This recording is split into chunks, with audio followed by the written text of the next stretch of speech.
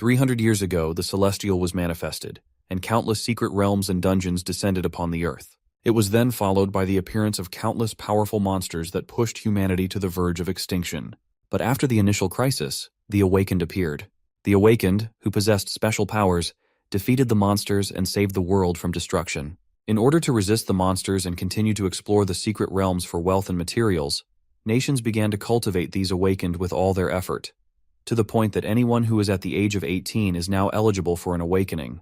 The classes of the Awakened are generally divided into 3 categories: combat, support, and creation. The combat class is the most practical and the most desired, but the creation is the least desired. While Lee celebrates his magic swordsman class, Hao cries profusely because of his creation class. After successfully awakening, the quality of a class is divided into 4 ranks: common, rare, secret, and divine. Suddenly, the students talk about the top student Jiang Chen and Fawn over his phenomenal class awakening. By the way, the divine rank talents are the rarest and can hardly be seen once in a century. While the students watch Jiang in confusion, they wonder if he's awakening a divine rank, which their Jiang city hasn't seen for centuries. It's said that whenever a divine rank class is awakened, a phenomenon that shakes heaven and earth occurs. After Jiang Chen's awakening is completed, the principal comes to celebrate the boy, who is a pillar of their school. The principal comments that he knew he'd awakened a combat class but didn't expect it to be a divine rank. Confused, Jiang interjects that he didn't awaken a combat class but a creation class, divine rank spiritual master. His talent can accelerate the growth of plants and small creatures. Surprised, the principal screams that this is horrible because even a divine rank creation class is useless since it has no combat usefulness. The teacher standing next to the principal assures him that Jiang will be safe even if he can't fight, because spiritual masters are popular in the research field, especially a divine rank one. The man informs Jiang that he can no longer give him a recommendation letter, but he might be able to get one from a teacher in the research field. Through it all, Jiang remains calm and tells the teacher he'll consider it. Soon after, he decides to take his leave, while some of the other students mock Jiang, while some just remain surprised. Several people make fun of Jiang because his stellar grades won't matter anymore because of his class. While Jiang walks away, he smirks as he thinks about how they were all praising him just a moment ago, and he worries about such a world where only strength matters. Jiang, on the other hand, wonders what's wrong with a creation class, and he summons his system, which informs him that his divine rank spiritual master has met the condition to open the insect natural calamity system that allows him to summon the mother insect. In Jiang's eyes, this class matches his system quite well. The true story is that Jiang Chen had died and got reincarnated into this world of the awakened. Reborn as an orphan, he tried his hardest to survive until he turned 18. He relied on himself alone to survive until he awakened this system a month ago. From the system, he learned that the insect race is an extremely powerful race that inflicted heavy damage on mankind during the Dark Era, and 9 out of 12 of the kings of the human race were sacrificed to seal away the last natural calamity rank insect that appeared. In this world, strength is everything, and Jiang decides to use this insect power to his advantage. After he accepts the system's prompt, he's transported to his subconscious, where he sees his talent in the form of a tree. The specific skills he has are listed out to him, and Jiang realizes that all the talents seem to have no combat value at first sight, but can be used for that through his insect system. After a successful analysis, he opts to summon the mother insect, and the system does just that. Immediately, Jiang senses a powerful aura, and the system notifies him that he has summoned the natural calamity rank mother insect, 9 Miasma Wing. The system explains that this beast caused great catastrophe during the Third Era and enjoins him to complete the devouring and breeding of the next generation of insects to unlock abilities. In front of the monster insect, Jiang is as small as a fly, but the mother insect, who refers to herself as Little Nine, tells Jiang that she likes her master, referring to him. Little Nine states that she's hungry and wants to eat evil monsters. Meanwhile, the system notifies Jiang that the first upgrade won't cost any sacrifice, so he takes it. It seems the mother insect requires devouring to upgrade, which may be difficult. When he activates the first upgrade, she transforms into a human-like woman and jumps on him, excitedly declaring that she has evolved. Jiang is surprised that she evolved into a human form, and pats her head as she declares that she wants to devour flesh and blood. The talent of the spiritual master class can accelerate the mother insect's devouring growth, and the exponential growth of the mother insect can speed up his upgrade and increase all his attributes by 20%. His spiritual master class seems to be the perfect fit for this system. It seems that as long as Jiang can kill monsters and devour them fast enough, he'll have an army of insects soon. However, he can't show this ability to others because of the catastrophe this monster once caused, so it doesn't lead to his end. However, he plans to work his way up until he gets so strong that he doesn't need to hide himself from the world. Suddenly, they both notice a disturbance, and Little Nine excitedly informs Jiang that she detects a threat. Suddenly, Jiang jerks back to the normal world, and a man asks him if the class awakening phenomenon that could be seen around the whole city just now was prompted by him. Jiang realizes this person is a master-level expert and wonders why he's looking for him. The students around notice this new man has such a strong aura, and they wonder why he's here for Jiang. Meanwhile, Jiang finds it strange that this man has been exerting his aura on him for a while, yet remaining silent. It seems as though the man is testing him, and Little Nine mentions that this guy poses a threat to her master and seems quite tempting as well, so she wants to devour him. Shocked, Jiang realizes that he's not in a good situation, and the system notifies him that the mother insect is about to begin devouring the target. Suddenly, a strong power emanates from Jiang's body that affects the other students, and Jiang realizes that he needs to find some monsters for Little Nine to devour because her low devouring value is making her aggressive. When the man smiles, Jiang confirms that the man was testing his strength but has unintentionally triggered the mother insect. Fortunately for Jiang, he's able to suppress the mother insect, but the system advises him to begin increasing his devouring value. Soon after, the man congratulates him for being able to withstand his pressure and counterattack after just awakening. He expresses to Jiang that he believes his future is limitless, and Jiang thanks him but asks who he is. The man introduces himself as Ji Gong, the leader of the Night Watch. He doesn't beat around the bush and immediately asks Jiang if he would like to join the Night Watch, which leaves our boy surprised. The Night Watch is an organization specifically tasked by Great Xia to resist demons and beast tides. Whenever there's a beast tide or new secret realm, the Night Watch is the first to investigate, and because of always fighting on the front line, the group's mortality rate is quite high. Although most people avoid it, Jiang is different, especially because the mother insect needs to devour the flesh and blood of monsters to accumulate devouring value and breed offspring. Once her devouring value is full, the mother insect will start to reproduce, and Jiang considers using the wilderness for that so as not to cause much of a commotion. He considers that it would be much easier to handle all this if he joins the Night Watch. Ji immediately tells Jiang to forget all the rumors he's heard about the Night Watch because they're outdated, but Jiang immediately accepts his offer before he can finish, claiming that it'll help reforge the glory of the Night Watch. The quick acceptance stuns Ji and he asks Jiang if he's sure about this. Jiang, however, clarifies that he's certain, but he has to go attend to something, while Little Nine protests about being hungry. Jiang leaves Ji still surprised and promises to report to the Night Watch headquarters in 3 days' time. As Jiang walks away, Ji remembers that he forgot to ask what class or profession he awakened, because he had expected this to be more complicated. Suddenly, the 8th Elder from the Martial Arts Academy jumps down from the air, with some other guy behind him, demanding to know where the guy with the Divine Rank Creation class is. When Ji hears that, he wonders what they mean by Creation class, so the men ask him if he plans to let the boy get killed by joining his Night Watch team. Meanwhile, Jiang goes to meet some of his family members and explains that he was the one who just caused the phenomenon in the city. His uncle, named Wang, assures him that companies that cultivate spiritual plants need people in the creation category even if he can't fight, and assures him that his parents would have been proud if they were still alive. Jiang thanks them all for their support over the years and assures them he won't forget. Shortly after, Wang informs him that they were just about to go to a beginner-level secret realm to get some equipment, so he invites him to join them so he can level up. When Jiang agrees, the system notifies him that he has completed his team formation. Sometime later, they enter the C-rank secret realm known as the Temple of the Undead. The secret realm guarantees a 100% drop of items and equipment, and voluntarily exiting a secret realm midway before completion is equivalent to forfeiting experience points and equipment. Once inside, Wang wonders why the secret realm system would match them with a dungeon of such a rank, and Jiang realizes it's not an easy secret realm to deal with. One lady on the team, Xiaoxi, figures that the system must have moved them to a higher secret realm because Jiang is a divine rank, but Wang protests that Jiang is of the creation category. The second lady proposes they turn back, but Wang says there's no need because they may be lucky this time to get some good equipment since they don't experience such realms regularly. When they begin to face monsters, Wang tells Xiao to stand back a bit because these undead soldiers are stronger than the average C-rank monsters he faces, while they advance into the dungeon's core. As Wang attacks one of the monsters, he asks Xiaoxi to enhance his talent, and she does just that.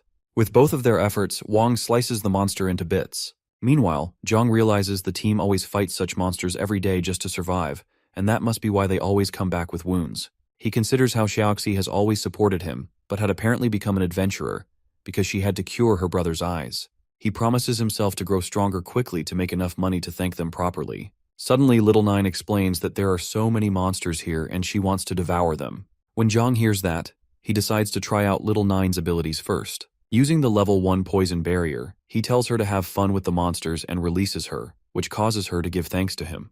When he releases her, her poison touches the corpses and corrodes them on contact, which is pretty powerful. However, the level of the monsters is too low, which doesn't allow for much growth, which means they need to devour more. Meanwhile, the others have already advanced into the depths of the dungeon in a short time through their teamwork. To avoid causing injuries to the others, since he doesn't know how to control the poison well, Zhang decides to follow behind and deal with the corpses. While devouring, Little Nine declares that she senses something, and a few level 10 shadow lurkers suddenly appear. They're lurking in the shadows to hunt down weaker targets. The monsters are in level 10, and Zhang is just a level 1, but his attributes are much greater than that of the monsters. Immediately, he orders Little Nine to transform into poisonous mist and follow him, then walks towards the shadow lurkers, ready for a fight. With the poisonous mist in his hands, he rushes towards the monsters and slips past them, but manages to touch them with the poisonous mist. Surprised, the monsters turn back to see their hands being eaten up until they're all reduced to purple dust by the power of the mist. After consuming them, the system awards Zhang with special prizes and more devouring value because their level is higher. Suddenly, Little Nine notifies Zhang that more blood food has appeared. When Zhang turns back, he sees many more shadow lurkers behind him, and he suddenly becomes worried about the rest of the team due to the alarming number of monsters. He asks Little Nine if she can handle them, so she asks him to leave them to her. Meanwhile, Xiaoxi laments because Uncle Wang got hurt, but he assures her that the injury is nothing since he has a combat class. The more monsters they fight, the more appear, and when things get worse, Wang asks Xiaoxi to get Zhang and get out of here. While he's speaking, one of the shadow lurkers jumps at him, but when he turns back, it's practically too late and a very bad situation. Suddenly, Zhang stretches forth his hands and consumes the monster mid-air with the poisonous mist. He quickly asks Uncle Wang if he's alright, but Wang remains speechless because Zhang is able to use a combat class power. Our boy doesn't answer and plans to use his other skill known as Poison Miasma. Before he uses it, he asks Sister Xiaoxi and Xiaoli to take Uncle Wang out of here. However, Wang refuses to leave him there even though he is divine rank, and so does Xiaoxi. Regardless, Zhang assures them to leave it to him. Soon after, the secret realm boss is summoned into the realm. While Wang still protests, Xiaoxi proposes they have faith in Zhang, so he eventually concedes and throws his sword to Zhang as support. Zhang grabs the sword and plans to use it to extend the range of the poison mist, so he quickly runs through the midst of the shadow lurkers and strikes them with the sword to burn them up with his mist. After all, our boy is the best in swordsmanship in his entire school. While he's cutting them up, a strange figure jumps down towards him, so he leaps out of the way to avoid the ground-shattering attack. The monster appears to be the boss of the secret realm. Immediately, the boss rushes towards him to land an attack with his sword, but Zhang quickly blocks with the sword Uncle Wang gave him. Unfortunately, Uncle Wang's sword shatters under the weight of the monster's sword and pushes our boy several feet backward. This dungeon boss is stronger than he had imagined, but it's worse that he promised to return to his uncle. This monster is a level 15 undead monarch, and it soon moves in a flash and gets behind Zhang to land a fatal attack. Immediately, Zhang calls upon Little Nine and she catches his sword with her hand. Immediately, she asks her master if she can annihilate it, and Zhang agrees. She immediately crushes the monster's sword in her palms and releases an aura so deadly that the monster becomes the hunted. Trying to fight for himself, the undead monarch rushes towards Little Nine with his fist, but Little Nine doesn't look like she's playing around. Before he reaches her, she sends a swarm of her poison towards him, and it eats him up like a cankerworm until all that's left of the monster is its head. Zhang didn't expect Little Nine to deal with the boss so easily, and a crystal soon appears in the dungeon. The crystal seems to be condensing the energy around it until it turns into a level 20 undead tyrant. Since it condensed into a new monster, Zhang realizes that the crystal must be the main body, so he asks Little Nine to destroy the energy crystal in its body. The undead tyrant immediately tries to release massive energy from its mouth, but Little Nine quickly dodges the large object it's swinging around and jumps above him to attack. She shoots out several crystal-like poisons from her body towards it, but the huge monster dodges them all. Meanwhile, Zhang is surprised by the monster's agility despite its huge body, so he considers making use of the plants around him. The monster is quite fast with powerful attacks, and it's like a charging bull that has gone out of control, and Zhang thinks that's a weakness. While Little Nine chases the monster around, Zhang realizes there are many roots hidden beneath the floor, and he just needs to use his talent the moment the monster comes close. When the time is right, Zhang activates his growth acceleration skill and causes the vines under the ground to break through and hold down the monster. When he holds him down, he signals to Little Nine, who jumps in to finish off the monster. Zhang is excited that he can still play a great role in battles as long as he uses his skills properly, and his growth acceleration skill begins an 8-hour cooldown. When the monster is put down, Zhang quickly grabs the core and crushes it in his palm. Immediately, the secret realm system declares that the Temple of the Undead has been cleared. It calculates the score of each member of the team, awarding Zhang the S grade and giving the others A and B scores. The system generates rewards for him, and our boy picks out a D-rank Edmu's Swift Dagger, which he decides to use to compensate Uncle Wang for his broken sword. All the equipment given by the system seems to be combat-oriented and unsuitable for the creation class.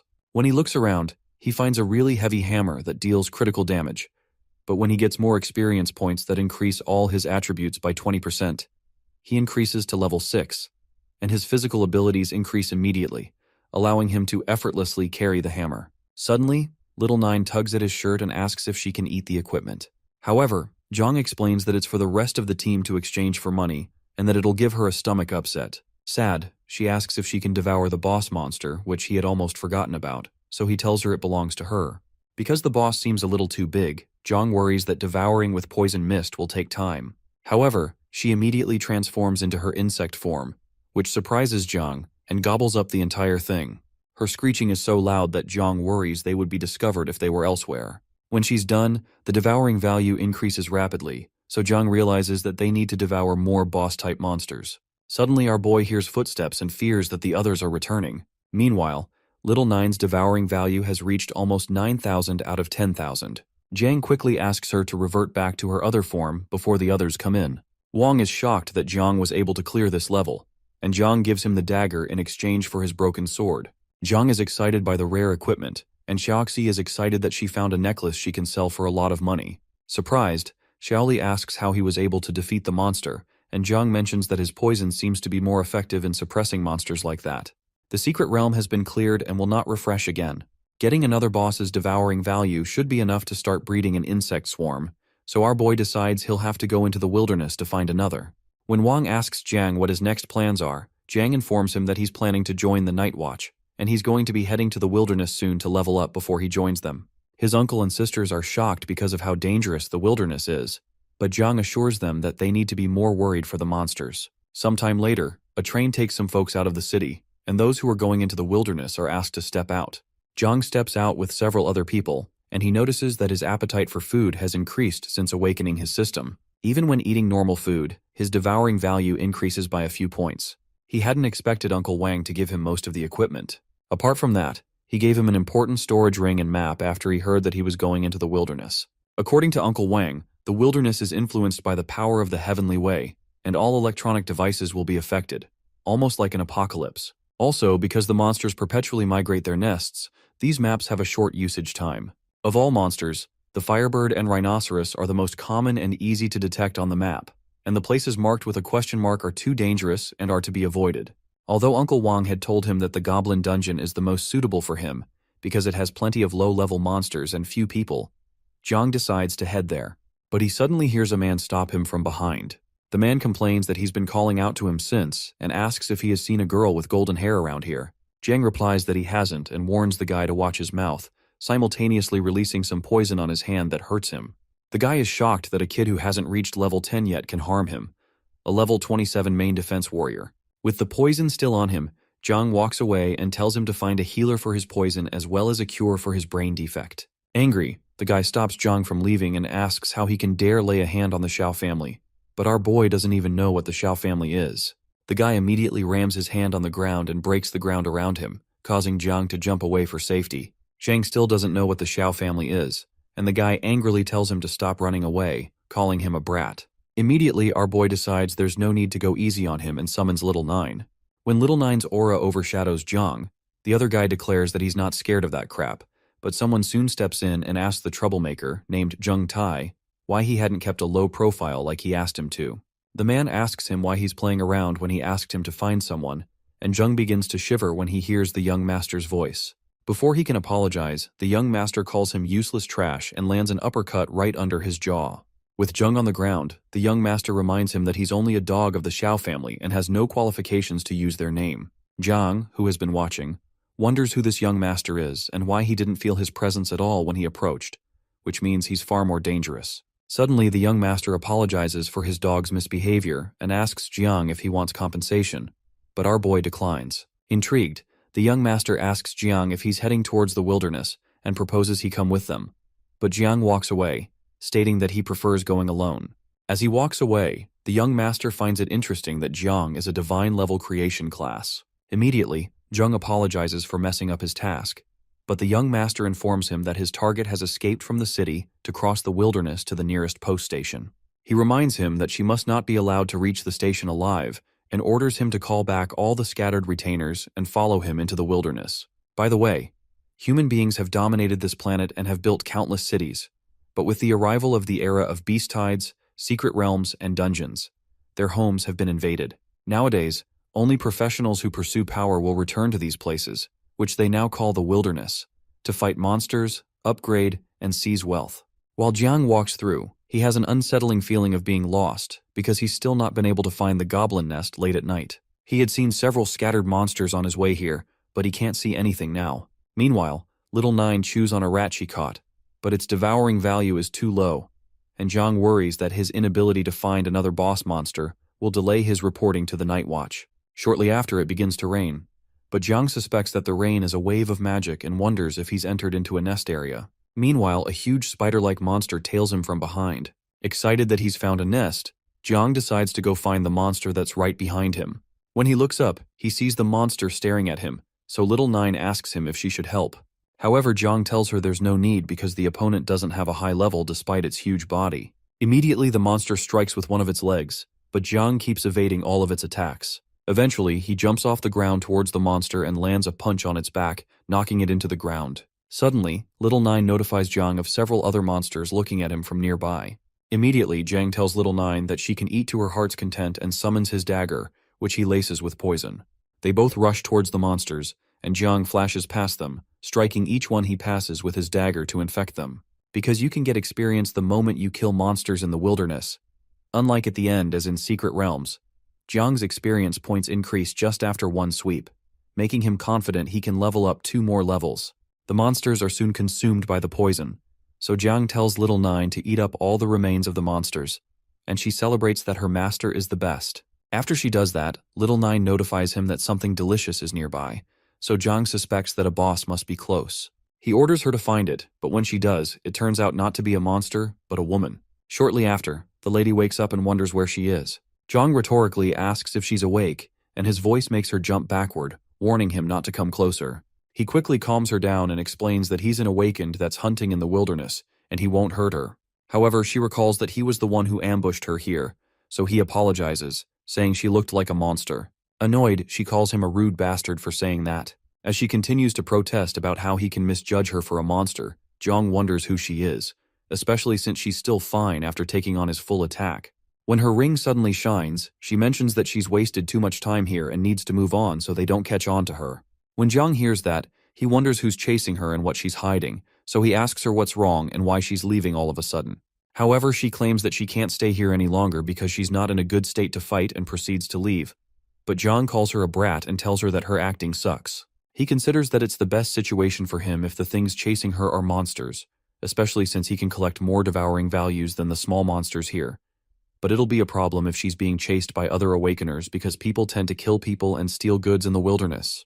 While he considers going after her, Little Nine informs him that some monsters are approaching them, and his eyes widen at the sheer number of monsters. He wonders if this is what the brat girl was running from, but he decides to embrace the monsters since they're good for devouring value.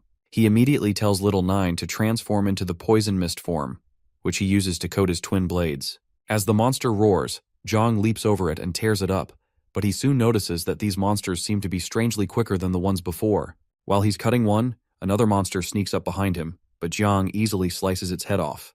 When he knocks down the monster, he notices that the monsters are taking turns and working together, which is weird. It occurs to him that the boss must be controlling them to attack in this formation. Thousands of monsters with the same mind explain why no other adventurer is here, and Jiang realizes he needs to find a way to get to the boss and kill it first. This is going to be difficult, but Little Nine suddenly informs him that she thinks she can understand them. She angrily screeches and says that those arrogant things are challenging her master. After her scream, the monsters become completely disoriented, and Little Nine explains that she has cut off the connection between them. Zhang didn't even know her skill could be used like this, and this makes it much simpler. He commends her work and suggests they go kill the boss, which she eagerly agrees to. As he leaps towards them, he reminds Little Nine to stay close. Without the control from the boss, the monsters are weaklings, and our boy quickly slices through them. As he sweeps through the monster field, he reminds Little Nine that their one target is that bastard that can give them the most devouring value, until he eventually stomps down the boss monster. When he pushes it down, he's glad he can finally create his insect swarm. Eventually, he kills the monster and levels up to level 14 with stronger power, with an individual combat power that's almost equal to that of a level 24 combat type awakened. Nearby, the smaller monsters retreat, and Zhang decides to leave them and focus on completing his swarm since they don't pose a threat to anyone.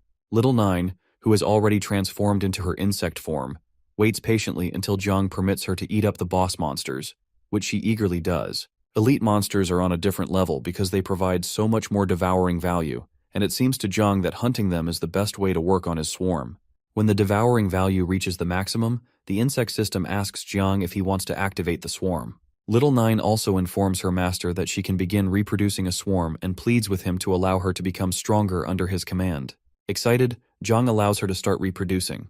Immediately, the system informs him that he has started the reproduction of the first generation of the insect swarm, and his talent of growth acceleration has taken effect to increase the growth of all things. Zhang hadn't expected that his talent could also accelerate the swarm production, and the system soon congratulates him for obtaining the insect nest skill and the level 1 overlord skill. Soon after, the breeding is completed, and Zhang is mesmerized by the sight of the swarm of insects before him. He's told the current swarm population is 2,300, which shocks him, and he begins to wonder how large the third and fourth generations will get.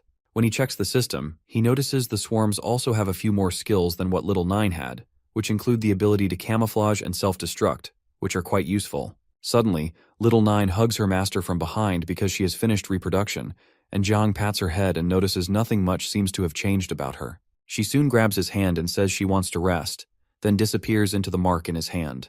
Surprised, he soon realizes that it's a nest that can accommodate the swarm, which solves the issue of them being discovered.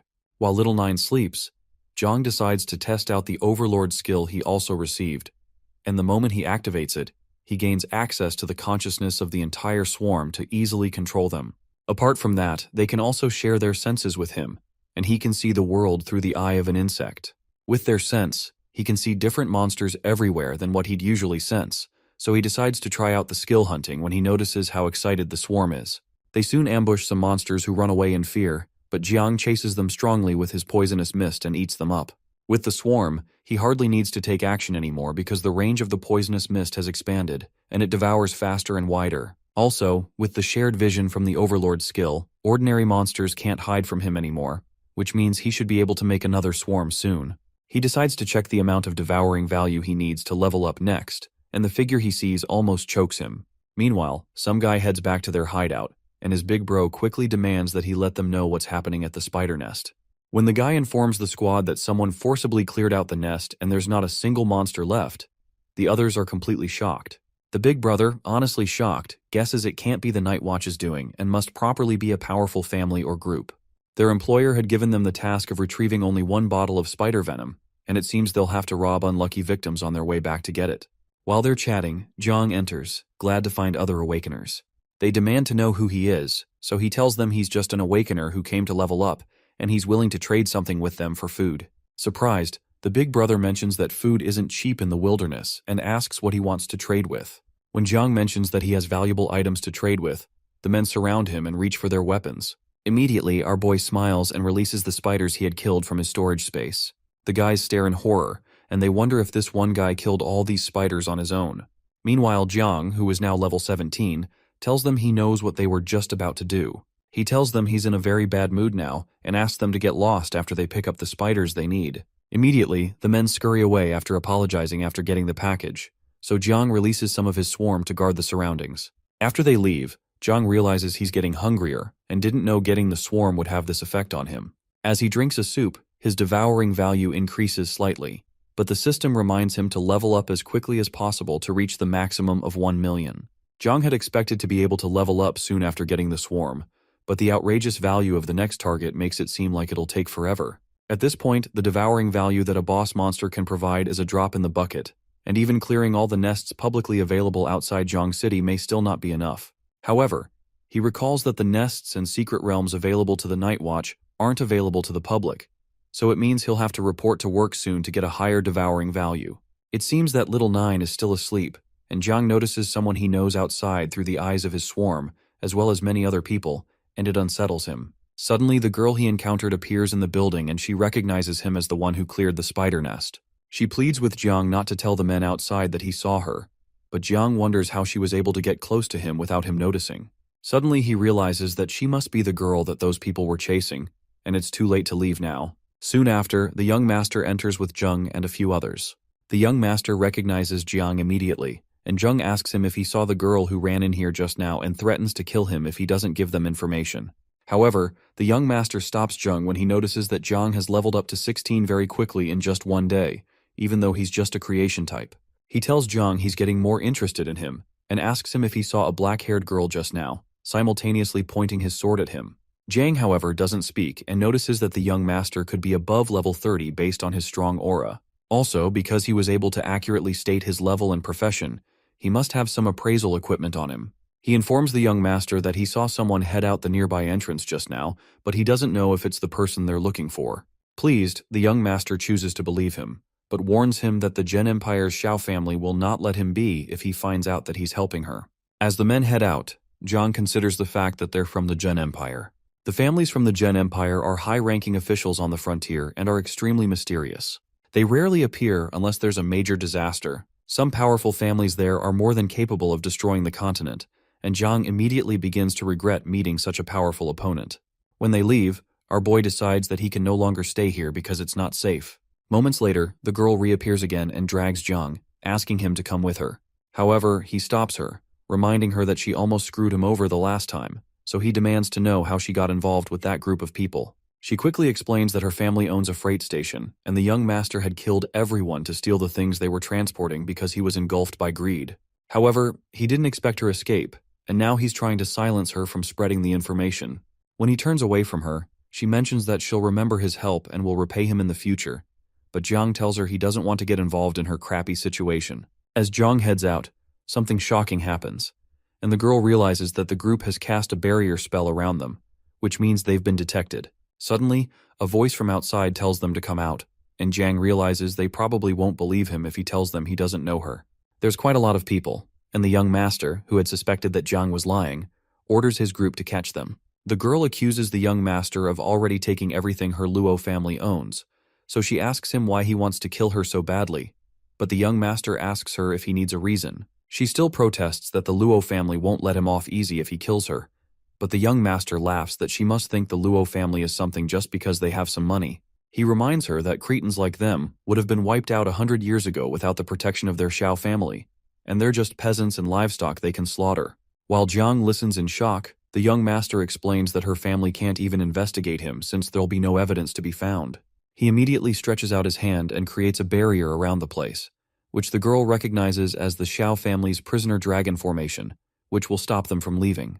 Meanwhile, Zhang orders the men to follow the young master's orders and leave no one alive. However, the young master stops them and asks them to leave Zhang alive and kill the girl because he's interested in his divine rank creation type class. He tells Jiang that he recognizes the potential of his power and will give him the chance to gain everything under the sky if he captures that woman and comes to work for them. Posed with such an offer, Jiang laughs, and the girl wonders if Jiang will sell her out. Instead, Jiang comments that the Xiao family bastard really knows how to make suggestions, and he asks him to go fox himself. He immediately refuses and tells them to come at him if they want to fight. Immediately, the young master orders his men to kill them, and the men quickly swing into action. As they move, the young master warns them to be careful because Jiang can use poison, which they affirm. As they approach him, Jiang explains that poison isn't the only thing he can use, so he activates his talent called Evolution of All Things, which causes vines to spring out of the ground and wrap around the men.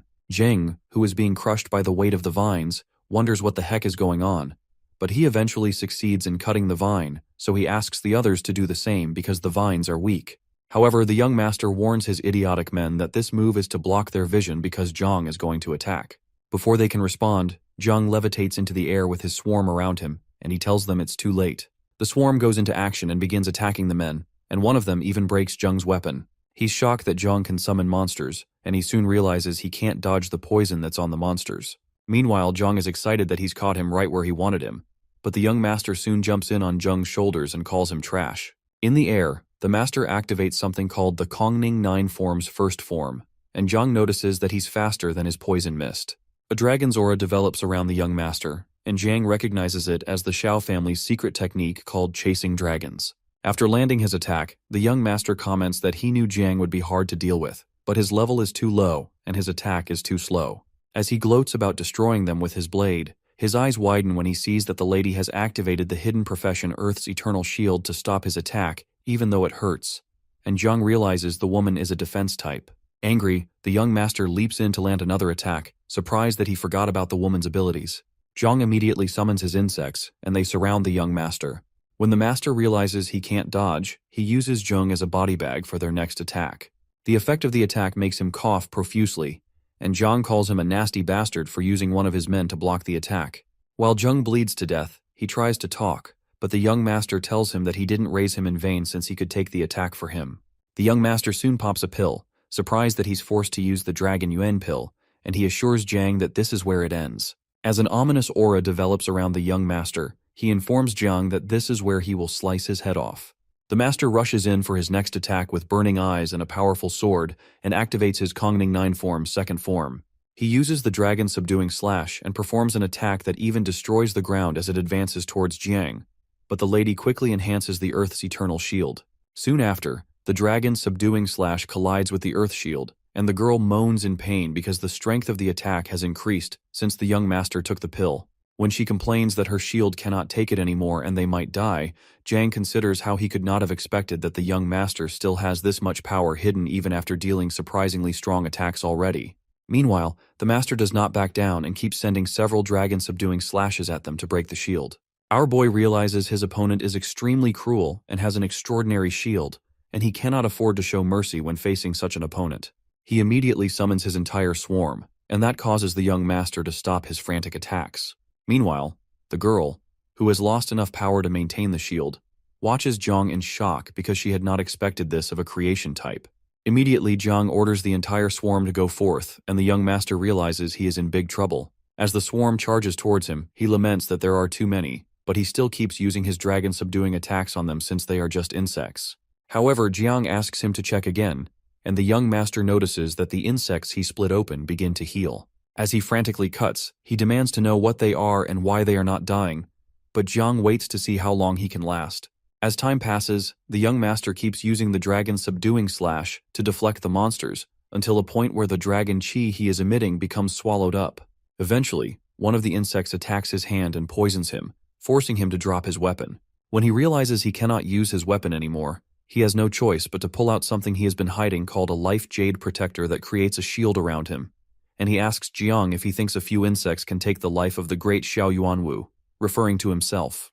Jiang asks him what kind of treasure this is, and how it could be so powerful. He activates his Overlord Devour capability, but the shield remains unaffected, so Yuanwu advises him not to waste his precious energy because this family treasure will block all external attacks once activated, which makes it impossible to harm him. Yuanwu rushes towards him, surprised that he was able to corner him to this extent, but he assures Jiang that he cannot do anything to him regardless. As he closes in on Jiang, he reopens his offer to graft him into the Xiao family if he pledges to work for him, especially because that is an offer that many people dream of.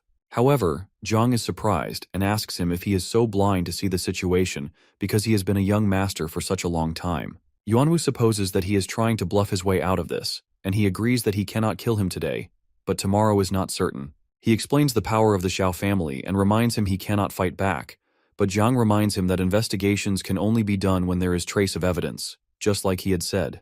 He asks Yuanwu what will happen if he dies without a trace of hair left behind, and Yuanwu turns back to see Little Nine behind him in her mother insect form.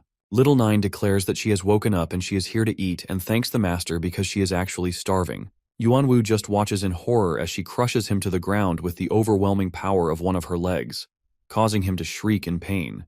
While he is being pummeled, he exclaims that this is not possible and asks what kind of insect this is, but Jiang assures him that his life jade protector will be good nutrition for his Little Nine. After a few more strikes from Little Nine, the shield breaks, which utterly confuses Yuanwu. As he begins to bleed, he protests that it is impossible because the Xiao family's jade is supposed to be invincible, but the words barely come out of his mouth when Little Nine crushes his frail body and devours him. When she is done, Jiang summons her back and she hugs her master, celebrating the fact that the Xiao family is nothing. While she thanks her master for the tasty treat, the lady from before watches in utter confusion, and she wonders if Jiang is going to kill her now that she knows his secret. Jiang, who had totally forgotten about her, turns to her and comments that she is still here. Jiang asks her what he should do with her and tells her to give him a reason not to kill her. Scared, she begins to stutter, and eventually, she offers him all the treasure she has on her, which is worth over 10 million and is basically her lifeline. Intrigued, Jiang comments that she's quite sincere, but it's a pity that she knows too much and she knows how to lie as well. Suddenly, she introduces herself as Luo Sandao and swears to the heavens she'll get struck by lightning 5 times if she lies to her benefactor. However, Jiang accuses her of not thinking her lie through by choosing a name like Sandao since she's a girl. Taken aback, she explains that she's being serious, but she also doesn't know what her parents were thinking either, and she eventually offers her identification so he can confirm it. When Jiang collects the identification, he asks if she's really the one in the picture, so she pulls her hair back into a ponytail and explains that the picture was taken 2 years ago when she hadn't had her growth spurt. Regardless, Jiang protests that it's still not guaranteed that she'll keep the secret, and only a dead man tells no tales. Quickly, Sandao opens a portal and retrieves a seal scroll that immediately kills a defaulter once they reveal the secret in it. She eventually swears to protect Jiang's combat secrets to the death, and Jiang hadn't thought there would be such a thing, so he agrees to spare her since she signed the seal scroll. When she hears that, she thanks him, so he asks her how much the scroll cost. Confused, she tells him it cost about 10 million, so Jiang points out that the most valuable item in the storage ring has been used by her. Extremely scared, she pleads with him not to be angry, and she assures him that her parents won't treat her unfairly if he escorts her home. However, Jiang leaves her alone and explains that he has to report to the Night Watch tomorrow, and he wishes her all the best. As he walks away, she assures him that going home with her is much closer than going to the Night Watch because her home has a teleportation station, but he doesn't listen to her. Eventually, Jiang follows her home. Once inside, Sandao's mother angrily reacts to the news of the Xiao family going overboard by robbing money and killing people. Meanwhile, the servants plead with her to calm down because they know they deserve death. Still annoyed, Sandao's mother reacts, but her husband asks her to cease her anger because the most important thing is that their Sandao has returned to them, and the Xiao family, one of the great families in the Zhen Empire, isn't a family they can afford to go against. Suddenly, Sandao's father turns to Jiang and thanks him for saving their daughter, then hands him a black card. He also pleads with Jiang to have breakfast before leaving, and assures him the teleportation will only take a few moments. Jiang receives the black card and attempts to turn down the breakfast, but he soon changes his mind to eat a little when his stomach grumbles mightily. Shortly after, Jiang is taken to the table and he keeps clearing plate after plate of meat. The more insects he controls, the more he has to eat now, and Sandao asks him to eat more if he wants. Meanwhile, Sandao's mother whispers to her husband that Jiang is a creation type but a divine level, and it's surprising that he's able to take on the Xiao family after just awakening. Her husband affirms and agrees that she knows Sandao won't say it, but he's quite handsome. They both consider the fact that Jiang helped them fight against the Xiao family and the fact that he protected their daughter, and they immediately ambush Jiang by asking if he has a girlfriend. They explain that Sandao doesn't have a boyfriend either, and she's skilled in business and financial management, but Sandao almost explodes out of shame. As they continue to talk, Sandao tells them to stop talking impolitely, and Jiang, who is taken aback by their forwardness, thanks them for their hospitality and runs away because he has something urgent to do.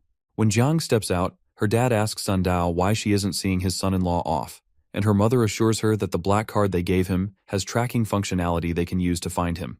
However, she curls in her chair and begs them to keep quiet. Even though Jiang is super strong and handsome, she thinks he's quite scary, but she also remembers that he's handsome and strong.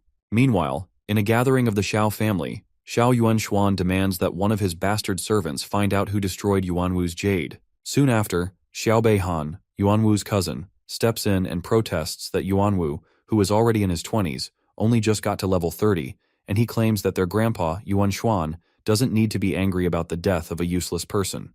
When he says that, Yuanshuan agrees that Yuanwu's qualifications are indeed mediocre and far more inferior to Beihan's, so it's not a pity that he died, but he's still his grandson, and the culprit must know who he messed with. He demands to know who in the territory of Great Xia has the courage to go against him, so Beihan assures him that after he finishes participating in the Tianjiao camp, he'll slaughter the person for him no matter who they are. Meanwhile, Jiang reaches the Night Watch base office, and Ji is excited to see him, but Jiang didn't know his coming was such a big deal. Ji quickly welcomes him and proceeds to introduce him to the other people, namely Yun Xiaoke, level 45 support, and Xiaoke immediately comments on how handsome Jiang is. Next up, Ji introduces Duan Feng, a level 49 shooter, who is quite proud and doesn't say much. After that, he introduces Chu Bulang, a level 49 armored warrior who's small, very resilient, and quite talkative. Finally, he introduces Tang Jin, a level 61 third transfer fire mage, who's also the deputy commander and a great cook. Flattered, Jiang thanks them all but comments that a mere creation type like him isn't much, and he wonders why they're all so excited. However, Ji asks him what's wrong with the creation level since it's a divine level and assures him they're not looking down on him. Ji assures him that this will be his home in the future, but Jiang had only been looking for a place to gather resources and hide his identity. To get down to business, Ji explains that they'd like to sign him up for the Tianjiao training camp in 3 days so he can get some resources. However, Ji mentions that he'll need to be level 20 or above and wonders how they'll work towards that. But when Jiang states that he's currently at level 17, Ji is shocked that he could reach such a level after just awakening 3 days ago. The man utters a hearty laugh and rejoices because he didn't judge Jiang wrongly. Since it'll be quite easy for him to level up 3 more times, Ji promises to sign him up for the Tianjiao camp. When the other team members glare at Ji, he remembers something and asks Jiang if he ran into any powerful people recently, because there's an unknown third transfer awakener that's using his divine senses to investigate Jiang's whereabouts. Surprised, Jiang wonders if it's the Xiao family. Suddenly, Xiaoqi creates a soundproof barrier first so that they can chat properly. After that, Ji asks Jiang to tell them whatever went wrong instead of hiding it from them. So he confesses that he killed Xiao Yuanwu yesterday, but he didn't leave any traces behind, so he doesn't know how they found out. They're shocked to hear that he messed with the grandson of Xiao Yuanshan, and Jiang realizes he must have caused trouble for the team. It's well known that the Xiao family has committed many evil deeds, and the younger generation of the Xiao family has been committing crimes in recent years. However, even though the Xiao family may be terrifying, Ji recalls that Yuanwu was the least promising and least favored of them all, so old man Yuanshan may not personally take action, but Tang suspects he's going to send someone else. As an orphan, Jiang has had neighbors to support him since he was young, but it's the first time he feels at home. Suddenly it occurs to Ji that Yuanwu may not have been talented, but should have passed his second transfer, and he wonders how a level 17 first transfer creation type like him killed a second transfer level 30 battle type. As Ji shakes him, Jiang asks him to calm down and explains he was helped by someone else. When Ji asks who that is, Jiang explains that Luo Sandao, who has a hidden profession of the defense type, had helped him. The Luo family is headed by the richest man in Jiangnan and has one daughter named Sandao, and that makes Ji celebrate because the Luo family is the wealthiest, even though they aren't very combative, which means the Luo family can stand by Jiang. However, Ji remembers that Sandao wouldn't have much attack power being a defensive type, so Jiang confesses that he has 2 professions and shows his poison type hidden profession. As Ji tries to touch his hands, Jiang pulls back and warns him this is very poisonous, but Jiang grabs his hand regardless and assures him his defense is ridiculously high. Suddenly the poison burns Ji, and it seems his defense broke. That makes everyone laugh, and Ji protests that he didn't guard against him at all. Ji quickly calls Xiaoke to help heal his hand, and he commends Jiang's poison skills because more skills make him happier. Suddenly Ji recommends that they avoid registering for the Tianjiao family because he's certain the Xiao family will also be participating, and they can't take risks because of resources. When Jiang asks what kind of resources he's talking about, Ji mentions beast essence, equipment, and even mysterious fruits and secret realm scrolls if he can rank among the top 3. When Jiang hears that, his eyes widen because they have more value than him hunting beasts on his own, and could help him create another swarm soon enough. Immediately, he declares to Ji that he must participate because he's confident that he can protect himself, so Jiang asks for time to think about it. Sometime later, by the west lake of the Xiao family residence, Xiao Beihan practices and strikes the ground under the lake so that the water divides into 2 parts. Suddenly, someone comes to praise him as the strongest pride of the Xiao family, with combat power at another level, but Beihan tells him to stop talking nonsense and asks him if he has found what he was asked to investigate. The man immediately mentions that he found that young master Yuanwu had some business with a woman named Luo Sandao, who once traveled with a person named Jiang Chen, so Beihan asks who this Jiang is since he knows Sandao doesn't have much combat power. The man who had gathered the information explains that Jiang is a new divine creation type awakener who has recently joined the Night Watch, and it's said that he and Sandao have recently signed up for the Tianjiao camp. However, he states that these 2 people are only suspects and there's no conclusive evidence, but Beihan considers suspicion as good enough, so he decides there's no need for him to make a special trip for him to kill them anymore since they're signing up for the Tianjiao camp. Meanwhile, Ji informs Jiang that he still feels uneasy even though he signed him up for the Tianjiao camp. So, just in case, he found a strong ally for him among the applicants. Her name is Mu Hankyu, the little princess of the Mu family, and Ji suggests that he accompany her to the secret realm to level up and establish a relationship in advance. Furthermore, he mentions that the girl is stunning and the same age as him, so he suggests that Jiang use his handsomeness to win her over when she comes. Sometime later, Hankyu arrives with her uncle Li, and asks Ji why he suddenly changed his mind today when he had refused to borrow her someone from his team just yesterday. Stunned, Ji explains that he didn't agree yesterday because he was angry with her grandfather, but he agreed today because there's an additional condition, which is to bring Jiang Chen along. However, Hankyu asks why they're still negotiating terms when she's already offering a secret realm scroll for free. So Jiang explains that she also came to him because she needed someone around level 50 to enter the dungeon, so everyone wins. Soon after, Hankyu walks towards Jiang and asks what his combat power is, so he tells her he's a level 17 creation type. Immediately, she calls him a rookie below level 20 and a garbage creation type. Suddenly, Ji loses his calm and calls her a little rascal, while Li tries to subdue him, and he states that his Jiang is a divine level and has a dual profession. However, Li asks Ji to calm down because Hankyu just got dumped by her girlfriend, so she's still unstable, and that makes her red in the face, and she quickly accepts the terms to make him shut up.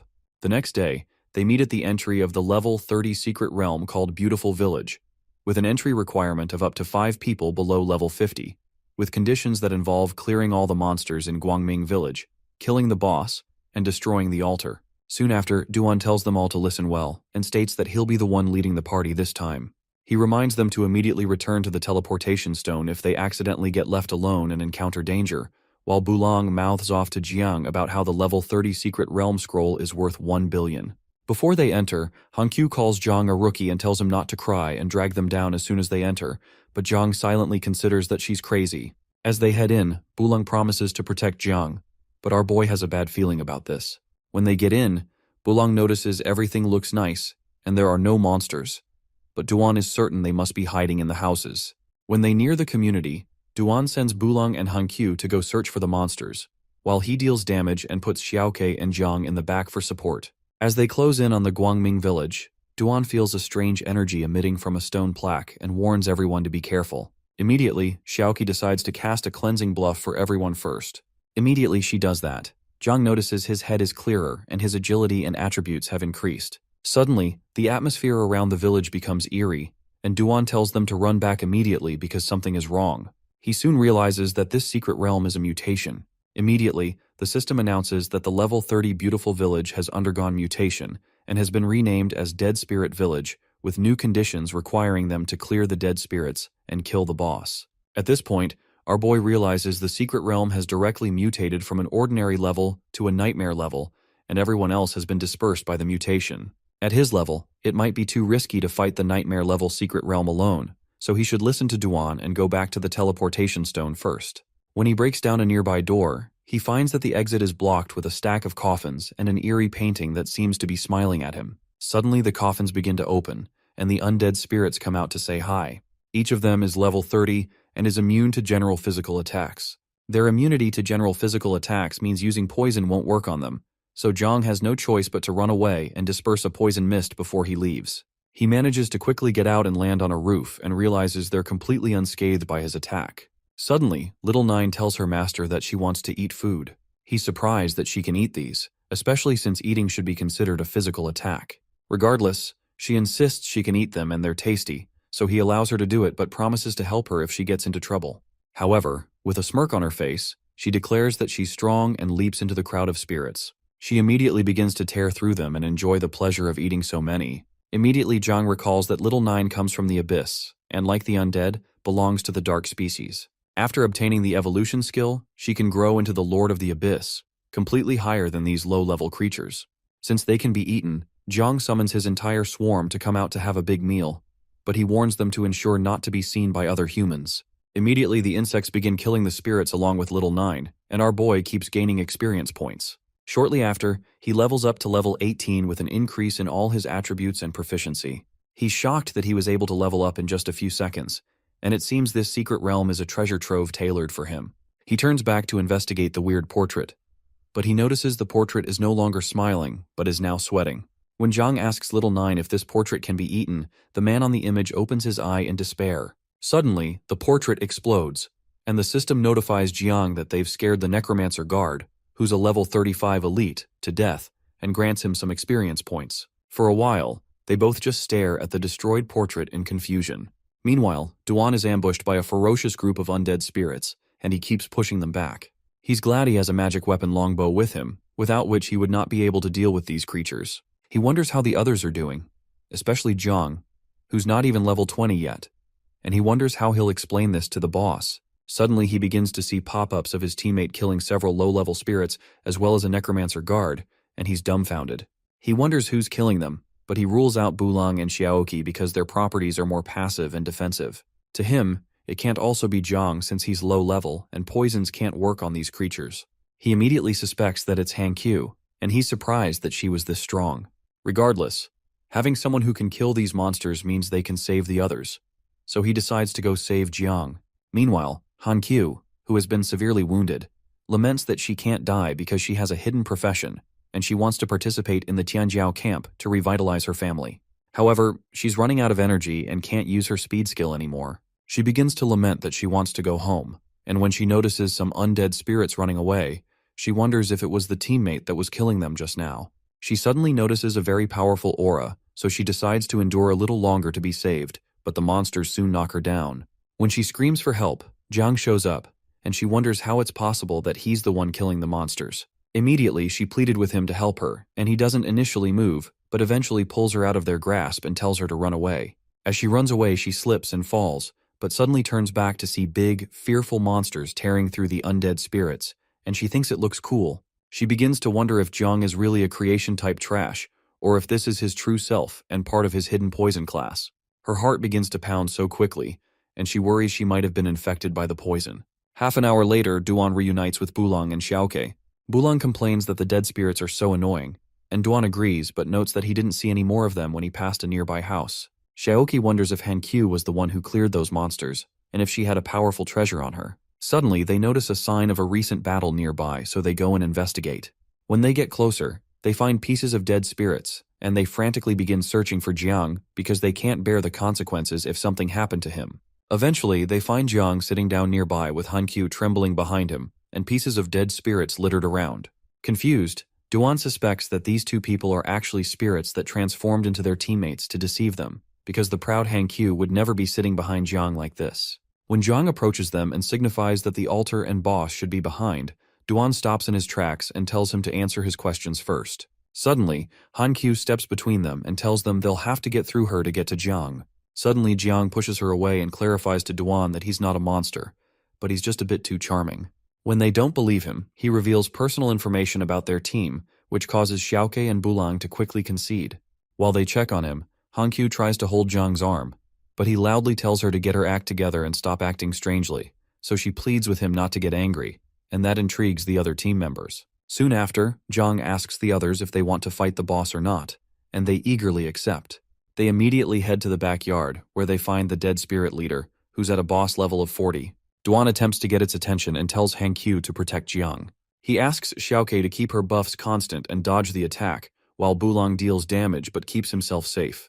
He warns them to be careful because they can't make mistakes, and he tells everyone to create some distance when the beast begins to move. Suddenly, the boss bows to them and covers its face, confusing them all. Duan wonders if it's begging, so Jiang asks the others to leave the boss to him since they're all really injured. He immediately summons Little Neen to eat, and she immediately kills the boss leader and grants Jiang a load of experience points. After that, our boy levels up to 26 and gains more attributes and proficiency points. Shortly after, the system congratulates them on clearing the secret realm and defeating the final boss. The other teammates are shocked the boss just died like that, and they realize he's the one who instantly killed the dead spirits. Jiang, however, just laughs and says he was lucky that his poison was effective against them. When the system calculates rewards, Duan gets C-grade rewards, Bulang gets D-grade, Yun gets D-grade, Hongqiu gets E-grade, while Jiang gets SSS grade.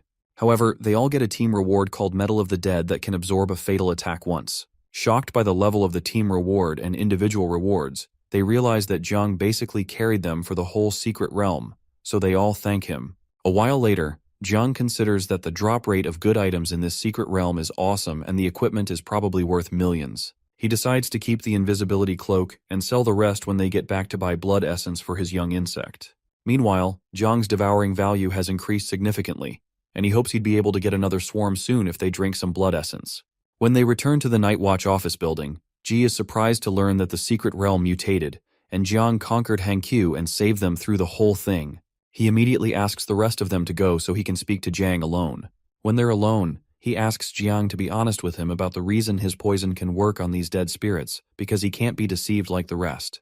He asks him what else he's hiding, and Jiang wonders if he'll have to reveal his insects, which are calamities from ancient times and aren't socially acceptable. Ji walks towards him and asks him to talk, and when Jiang begins to stutter, Ji begins to laugh that even a guy like him can get nervous, and asks what happened to the courage he had in the secret realm.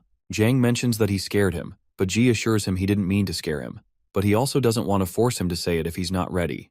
He informs him he's happy that he has various powers, and mentions that the Night Watch will depend on him to create more glory. They joke for a while, and Ji mentions that it's good that Jiang has more cards up his sleeves, but there are things that he needs to explain.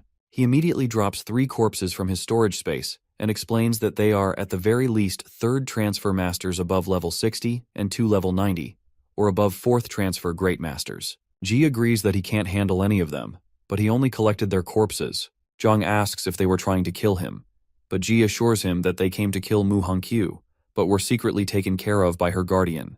Confused, Jiang asks why they were trying to assassinate Hankyu, so Ji shows him something called a Great Xia Genius hunting list with names he hasn't seen before. However, the 4th name on the list is Xiao Beihan, from the Zhen Empire's Xiao family, and that shocks Jiang.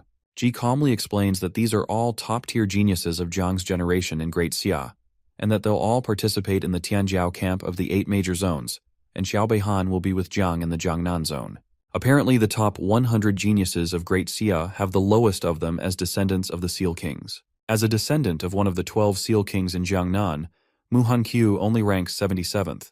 But there were countless masters who tried to assassinate her regardless, but they were all taken care of by her secret guards, indicating the strength of those guarding her.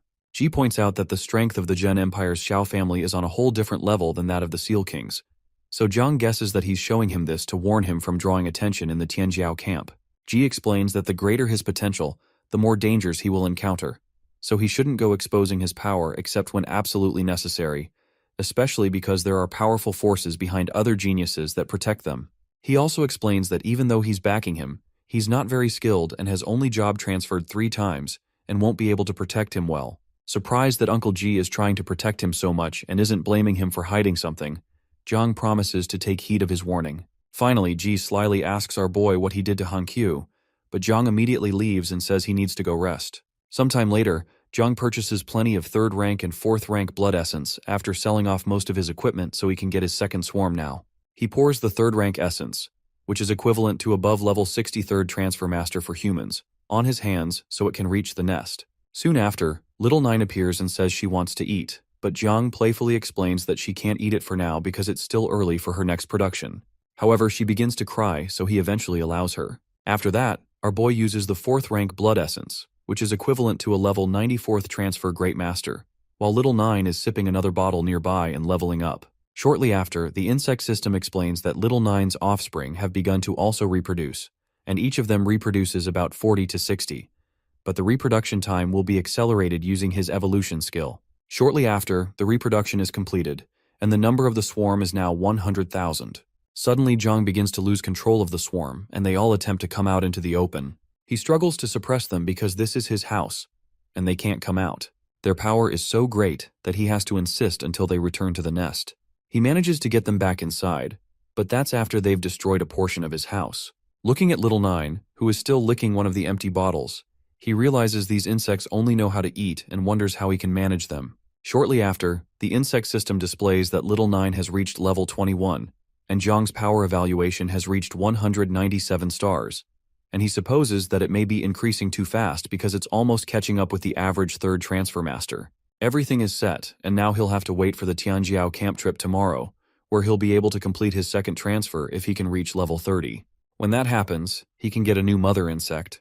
Meanwhile, in the Night Watch base, Tang confronts Ji about his wish to bring his teacher, the Heavenly Blade King, into the matter about Jiang. However, Ji protests that he's doing this just in case because Jiang will encounter the arrogant Beihan in the Tiangnan zone, and it will be impossible to hide secrets in the Tianjiao camp. He explains that there's something on Jiang that makes him feel scared, and he's worried his poison type is actually taboo. Shocked, Tang tells him not to scare her and asks how that's possible. She's scared because of the turbulence caused by the Devourer 600 years ago, and the birth of the forbidden occupation in Great Xia after those who were discovered with it were immediately killed. She protests that it would have been revealed when Jiang first awakened if he had a forbidden profession, and states that Ji is just being paranoid. Meanwhile, Ji also hopes he's just being paranoid. Sometime later, Jiang goes into the woods and it seems like he's lost and can't interpret the map. Suddenly, he hears a cry for help and finds a man who is scared of heights stuck on a tree, so he uses his growth of all things skill to raise vines that pick him from the tree. When he drops him, the man laments that the bird's nest didn't look that high up until he got there, but Jiang doesn't know what his deal is. When the man gets up, he asks Jiang if there's anything he can do to repay him, so Jiang asks him if he knows how to get to the Tianjiao camp. Excited, the man explains that he's headed there and asks Jiang to follow him. While they go there, Jiang asks the man if he's also an awakened and why he doesn't keep his sword in his inventory space, but the man explains that he's not an awakened but only trains in the sword.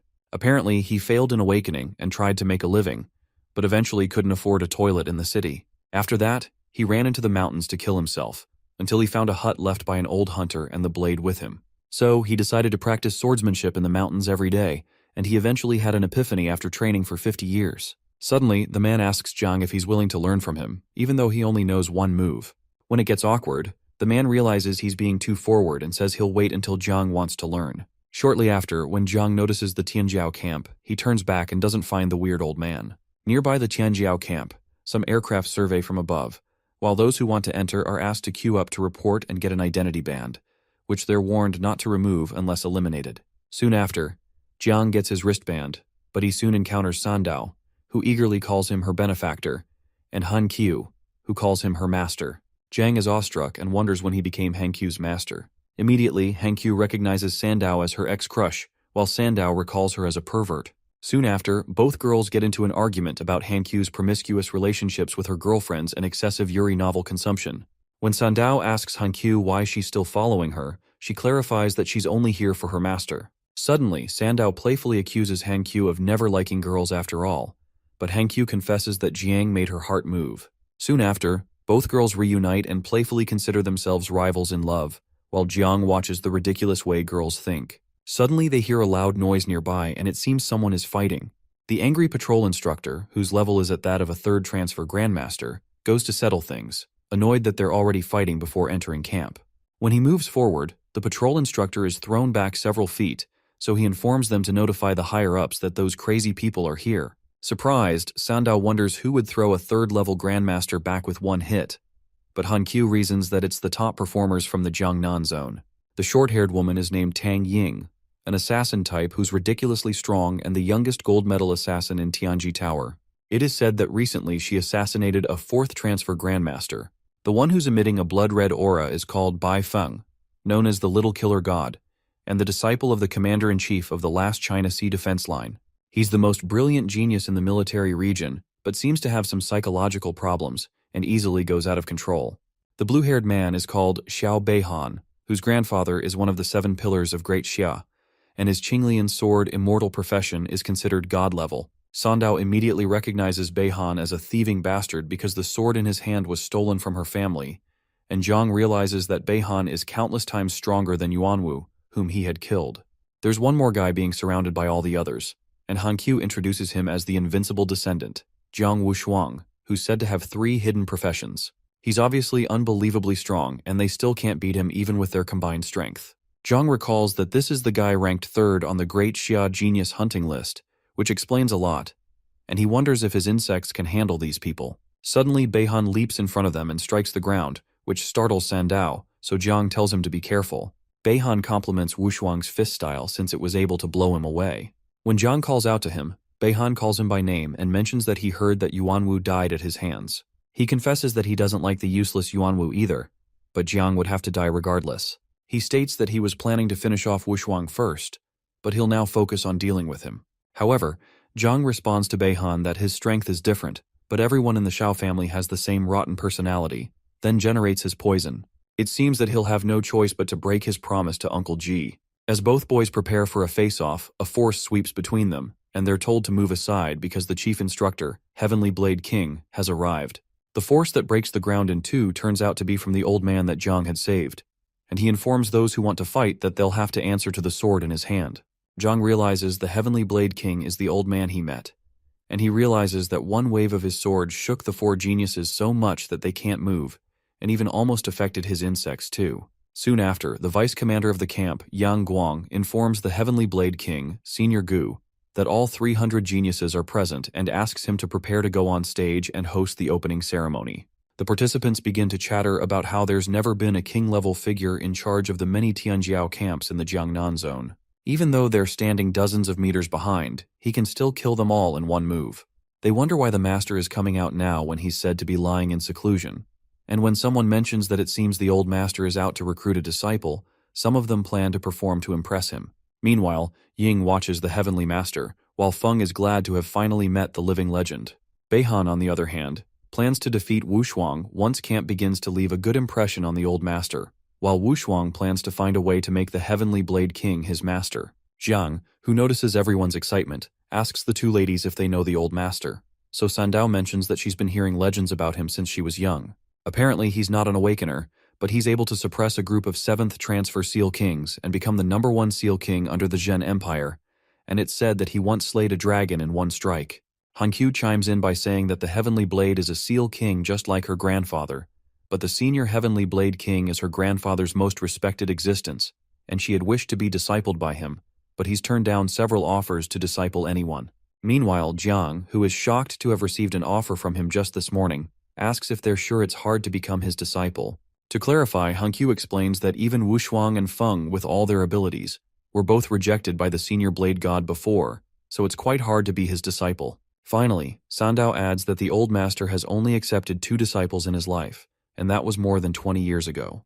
After hearing all that, Jiang struggles to reconcile this with the person he met this morning. Soon after, Senior Gu Kaitian goes on the stage and introduces himself as the chief instructor of the Tianjiao camp. Gu mentions that their Jiangnan zone's Tianjiao camp has been underperforming for the past few years because their fights have only been for show, and they'll end up dead without burial in a real battle. He states that there are more and more monsters in this world, and they need more capable geniuses, so in order to make a better selection, he has created a new set of rules for this camp called Death Quota. When Deputy Commander Guang mildly protests, the senior states that he has the final say here, and he will bear the responsibility if anything happens. Shocked, Guang reasons that they've never had a death index in the history of Tianjiao camps, and this may create a lot of chaos. Gu states that 10 of them will die for him in every round of the test, and tells them they can leave if they want to withdraw. While some participants consider that they can't withdraw so as not to shame their family, some lament that they don't want to die. Meanwhile, Wushuang is glad about the new development, and believes the camp should have done this ages ago, but Beihan believes the rule must be specially made for him, because he can now meet 2 of the old master's quota. Also, Jiang considers that Uncle G won't have to worry too much because of this quota if the conflicts between him and Beihan escalate, and he kills him.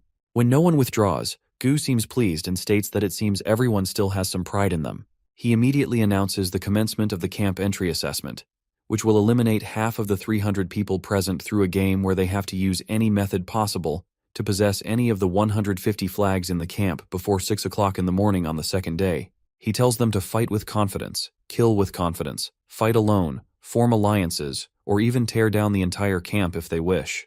He immediately disperses them, and the participants begin to frantically run around to find the flag and hide from the top students, who are quite ruthless. Meanwhile, Beihan turns to Jiang, so our boy tells the ladies to search for the advancement flags while he deals with Beihan. When Hankyu protests, Jiang tells her it's an order and asks her to go. The move makes Beihan laugh, and he asks if a newbie like him, who isn't even a second transfer, wants to be a hero. Even though Beihan's sword energy is indeed powerful, Jiang has gotten much stronger than before, so he tells Beihan to stop talking nonsense. However, he's not certain that it'll be possible to deal with him with just the poison without the use of a swarm. Immediately, Beihan directs an energy wave with his sword, affirming that there's no need to talk with a dead corpse. Before the attack can reach Jiang, another surprising attack sweeps past him toward Beihan to match up with the initial wave. It turns out to be Tang Ying, and Beihan asks her the meaning of what she's doing. Ying reminds him of their agreement with Feng to kill Wushuang once the camp starts, and accuses him of dealing with insignificant matters because he's afraid of Wushuang, so Beihan angrily retorts that he's not afraid. He quickly follows her to deal with Wushuang and come back to deal with this trash later, so Ying informs him that Wushuang is headed towards the forest, and Feng is pursuing him now. Zhang just watches in surprise, and he has an odd feeling that Ying is helping him intentionally. Suddenly, she turns back and winks at him, which confirms his suspicions. While Zhang wonders why this stranger is helping him, Ying recalls how her aunt, Tang Jin, had asked her to secretly take care of Jiang in the Tianjiao camp. But she can only do that by distracting Beihan because she can't fight him head-on. Meanwhile, a descendant of a venerable 6th transfer named Huang Yongchao, whose father is a subordinate to the Xiao family patriarch, comes to present 3 advancement flags as a show of his dedication to Beihan. However, Beihan states that he doesn't need them, but he'd like him to do something else if he really wants to show his loyalty. When Ying realizes what's about to happen, she knows that Jiang will have to deal with this himself, but she hopes that Han Qiu and Sandao can protect him. Meanwhile, Sandao finds 2 advancement flags, so Jiang asks the 2 ladies to have them while he goes elsewhere to find some. Suddenly, an explosion occurs in the building, so Jiang asks the person to reveal himself and asks if he or she is here to steal the flag, while Han Qiu stands guard.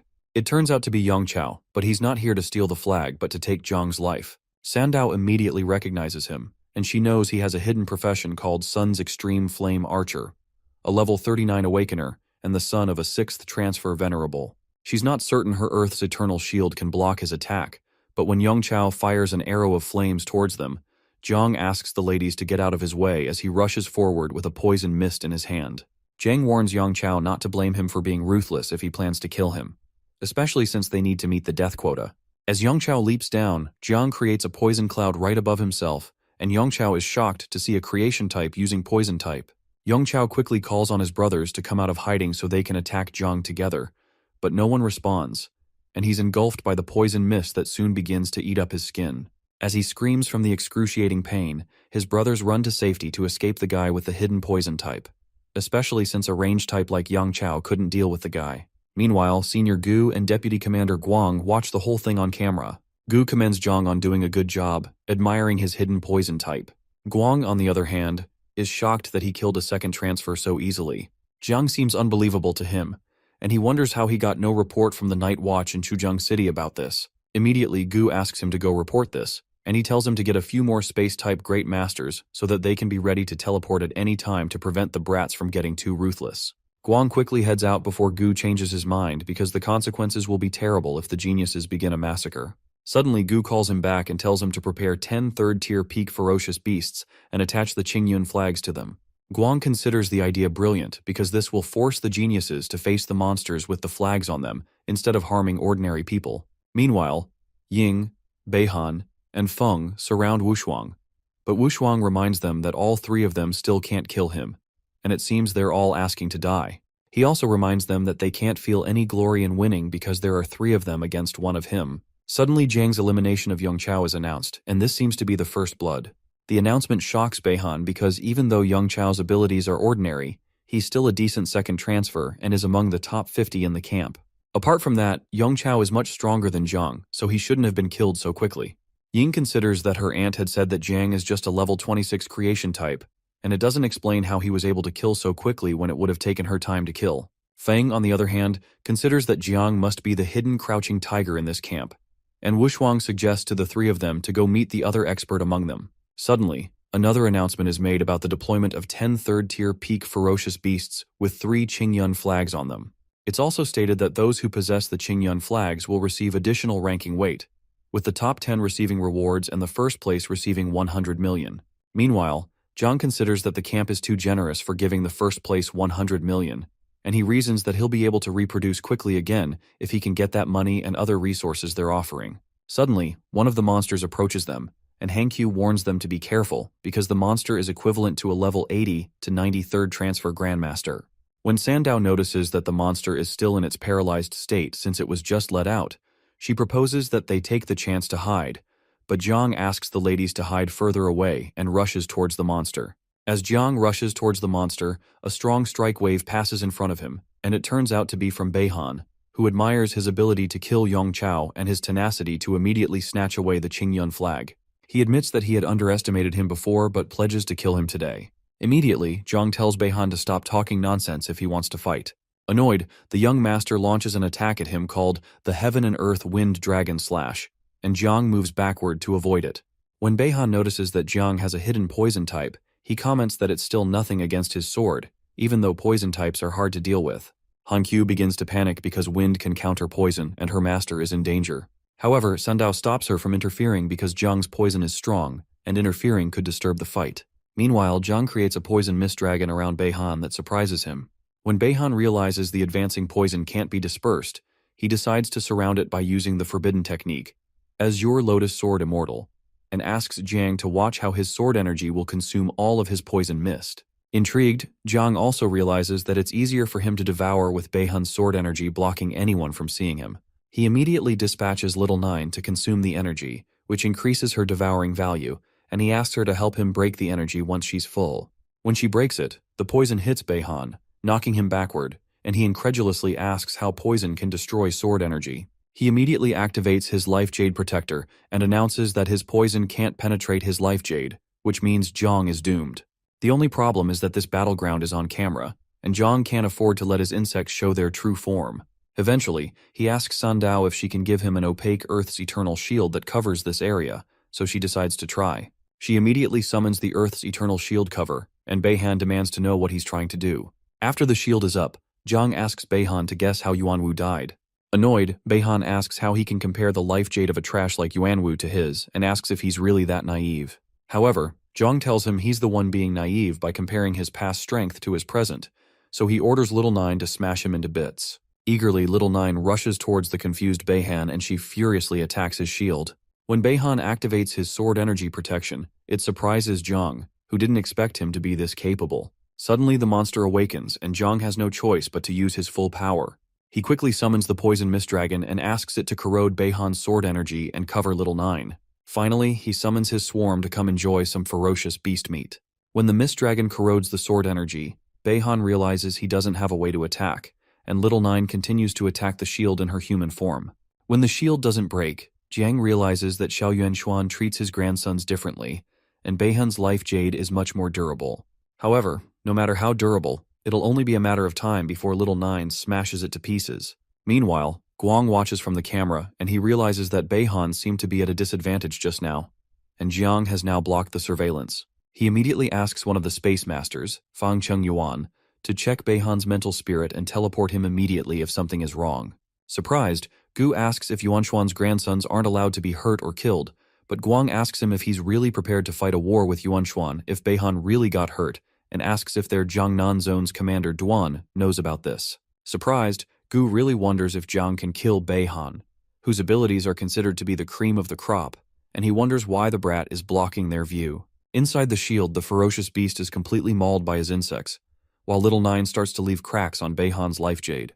He's shocked that his life jade can crack, and Jiang realizes that Beihan won't last much longer. Suddenly, Jiang receives a message from a space-type instructor not to go overboard because space-type Grandmaster Fang Cheng Yuan is coming over, so he immediately summons Little Nine back.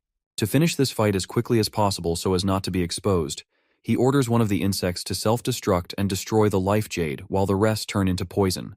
So one of the insects clings to the jade and begins to destroy itself. As Beihan watches in horror, the insect triggers a huge explosion that causes smoke to rise in the shield and breaks the life jade. After the smoke clears, Jiang sees one of Beihan's hands with his sword nearby, and he wonders if only a limb is left or if he was saved by the space-type Grandmaster. He immediately gives Sandao the sword, and she thanks him profusely. Since Jiang has 3 Qingyun flags from the monsters, he's advanced to the top 10. He offers to give them one each, but they refuse because they want to see him defeat Wushuang and reach first place. Inside the command center, Guang berates Cheng Yuan about being unable to teleport Beihan in time, but Cheng Yuan protests that he couldn't because the poison mist was too vicious. Apparently, he sent in his mental energy, but it was soon corroded, and after he heard a loud explosion, he teleported there, but it was already too late. When Guang demands to know how mental spirit can be corroded, Gu silences him. Gu tells Guang that the reason he's always stuck at the peak of the 5th transfer is because he favors the powerful so much that he can't pass the test of conscience. When he had earlier mentioned Xiao Yuanshuan and the consequences, Gu couldn't be bothered to respond, but now he directly tells him he'll face whatever consequences follow because anyone can die on a battlefield. When Guang protests about what their commander Duan would say, Gu orders him to report this internally within the camp first, but keep the information confidential to outsiders. He asks him to prevent the eliminated from leaving the camp after the test ends tomorrow, including Beihan, while he heads to the Jiangnan headquarters first. Inside the camp, Jiang's elimination of Beihan is announced, and several people almost have a stroke upon hearing that. Meanwhile, Ying and Feng, who team up to take down one of the ferocious monsters, are awestruck to hear that Jiang could take down Beihan, and Wu Shuang, who has already taken down one of the monsters, is quite intrigued. At the Jiangnan Zone's headquarters, the commander-in-chief, Duan Xinghai, notices old Gu barging in and asks him if he's found any good seedlings in the camp because of his urgent demeanor. Before he speaks, Gu activates a forbidden barrier that covers the entire area they're in, and Duan realizes it's not an ordinary seedling. Immediately, Gu sits with Duan and proceeds to ask a question, because he's knowledgeable and good at theory. He asks if poison can corrode mental spirit, and Duan agrees that it's possible in theory, but very difficult. When Duan mentions that it's only poison whose intensity is immeasurable that can do such, Gu asks if he's heard of it happening before, but Duan says he hasn't, and even a poison king at the 4th transfer peak couldn't do it. Surprised, Duan asks if an extremely terrifying poison type has appeared in the Tianjiao camp, because it would be a massive weapon if he could corrode mental spirit. However, Gu replies that it's not possible to draw a conclusion at the moment. When Duan insists, since he hasn't interfered with the affairs of the camp prior to now, Gu asks him if he thinks there's a possibility for the poison to have its own consciousness, but Duan thinks that's a joke, because such poison isn't truly poison but a disguise. That surprises Gu, so Duan speaks about a record he came across in the ruins about a catastrophic type of insect called 9 miasma wings that can turn into poison mist. Apparently, the 9 miasma wing was born in the 9 abyss, and it once caused an apocalypse that destroyed the world. The mention of that ancient calamity shocks Gu further, but Duan teases Gu for being scared because this insect has gone extinct, and it's impossible for it to exist today. Intrigued, Gu thanks Duan for his help and proceeds to head back to the camp, but Duan protestingly reminds him he's not told him about the remarkable seedling he found. Before he can finish his statement, Gu steps through a teleportation portal, and he thinks about the thing he just heard. To him, just the divine ranking is enough for Jiang to top the hunting list, but yet he has decided to harbor a forbidden power that would get him beheaded in Great Xia. This is also the fault of Jigang, his dog disciple, who always causes problems for his master. A while back, Ji came to meet him about an unparalleled seedling that hasn't yet matured. He had told him that the boy had offended the Xiao family, and he hopes the master can take care of him in the Tianjiao camp, or maybe even accept him as his disciple. He considers that the bratty Ji had just wanted him to cover for Jiang, and as he steps out of the portal, he also wonders what the big deal is if it's a forbidden power, since a blade can both slaughter and protect. Since he said he's going to accept a disciple, he chooses that he'll protect this Jiang. However, since a calamity is not to be underestimated, he also decides to send someone named Hong Yao to confirm things first to be safe. He sends a message to Hong Yao to go to the number 0 ruins to investigate the 9 miasma wings, but warns him to be careful because it concerns his junior. When he enters the command room, Guang informs him that it's nearing its end, because the ordinary geniuses are all fighting to get the advancement flag, while 9 ferocious beasts have been released to the top geniuses, except one. Apparently, a certain Lei Zhe and Liu Jizhe teamed up to kill one. Tan Ying and Bai Feng are working together to kill the second one, while Wu Shuang instantly killed 3 of them at once, but seems to be moving in Jiang's direction. When Gu asks about Jiang, he's told Jiang has killed 2 beasts, but they've released the 9th beast to his vicinity. Meanwhile, Jiang sees the 9th beast and is excited to see another one. He considers that it's time to eat and pours the poison now, and Little Nine does her job of eating up the monster, with great increments to her devouring value. Shortly after, the monster is totally consumed and Little Nine leveled up to level 22 from 21. Suddenly, a huge hand bears down on Jiang from above, so Han Qiu warns him to be careful because someone is ambushing him, while Sandao quickly opens the earth shield. However, Jiang stops the 2 girls when he realizes that the punch must be from Wu Shuang. Soon after, the earth shield is cracked and both ladies are knocked back and injured. However, Jiang isn't moved back and he sends his mist towards the powerful hand moving towards him, but its sheer force still pushes him backward. The collision raises some dust, and Wu Shuang is surprised that his poison actually ate his punch and realizes why the geniuses call him the poison demon. Zhang also commends his pretty powerful punch, which is typical of the 3rd-ranking genius in Great Xia. Zhang asks him if he's here to snatch the ferocious beast from him, but Wu Shuang laughs that the beast is way too poisonous and just its shell is left, so there's nothing to steal. When Jiang asks him what he wants, Wu Shuang assures him he was only curious about him and wanted to meet him. When Wu Shuang expresses that he wants to face him, Jiang asks if he's willing to bet his life on it, so he agrees if Jiang is going to bet his own life too. Our boy quickly agrees and pours out his poison mist towards Wushuang, who also releases his energy in a move called a 1,000-foot cliff to deflect the poison away from himself, which shocks Jiang. After that, Wushuang reciprocates with his own attack, and it knocks Jiang backward. Jiang becomes worried that his opponent's punches are too fierce and fast, and his poison is spreading too slowly. Because he was hit, Little Nine calls out to him in a panic, so he asks her if she can level up several times if she consumes flesh and blood of this level. She agrees but explains that she can't beat Wushuang, but she's willing to die for her master. Her comment surprises Jiang because it's the first time he's seen her scared, so it seems that self-destruction is the only option left to him. He tells her to hide if she can't win because he can't afford to let her die. Meanwhile, Wushuang asks him if he's already losing his strength, and he mentions that this doesn't look like the person who defeated Beihan. Suddenly, Jiang places his hands on the ground, and an enormous vine creates a shield around them, which intrigues Wushuang. He recalls that Beihan was defeated inside a shield too, which seems interesting. Meanwhile, Guang notifies the master that Jiang is blocking surveillance again, so Gu immediately summons Cheng Yuan. However, Guang clarifies that there's no need to intervene because Wushuang seems to be having the upper hand, but Gu clarifies that he's talking about saving Jiang. When Guang asks if the master isn't being too biased, Gu deflects his claims, stating that there's no comparison between a level 46 Wushuang and a level 26 Jiang. In truth, he's trying to protect Jiang because he's going to discipline him. Meanwhile, inside the shield, Jiang releases his entire swarm, and Wushuang becomes alarmed when he sees his true power. Suddenly, Wushuang creates a whirlwind to overturn everything, but Jiang encircles him with the mist regardless. When Wushuang sees he's surrounded, he pushes out punches from the ground that squash all the bugs that come close. However, there are too many, and some get too close, and Jiang makes them self-destruct when they come close. Somehow, Wushuang manages to jump out of the way, which shocks Jiang, and he states that he finally understands how Beihan lost. Mid-air, he blasts Jiang with a torrent of energy that shakes him and crushes the ground under him. This punch is several times stronger than the last one, and Jiang is surprised by the power of Wudi's descendants. Two self-destructs only managed to blow away the force of his punch but didn't hurt him at all. He wonders if he has to self-destruct dozens or hundreds of them to make a difference, but he had worked hard to breed them. However, it seems he has no choice now, so he triggers 10 self-destructs, and that knocks Wushuang backward.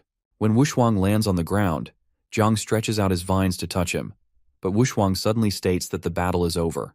Confused, Jiang asks what he means, so Wushuang states that he sees him as a worthy opponent since he's only at this first awakening, but he's forced him to use 80% of his power, which makes him want to fight him again after he's grown stronger. Jiang asks if he had only bet his life to force him to go all out and to find himself a worthy opponent, but Wushuang doesn't answer him and states that he'll go take a nap while Jiang handles the last beast.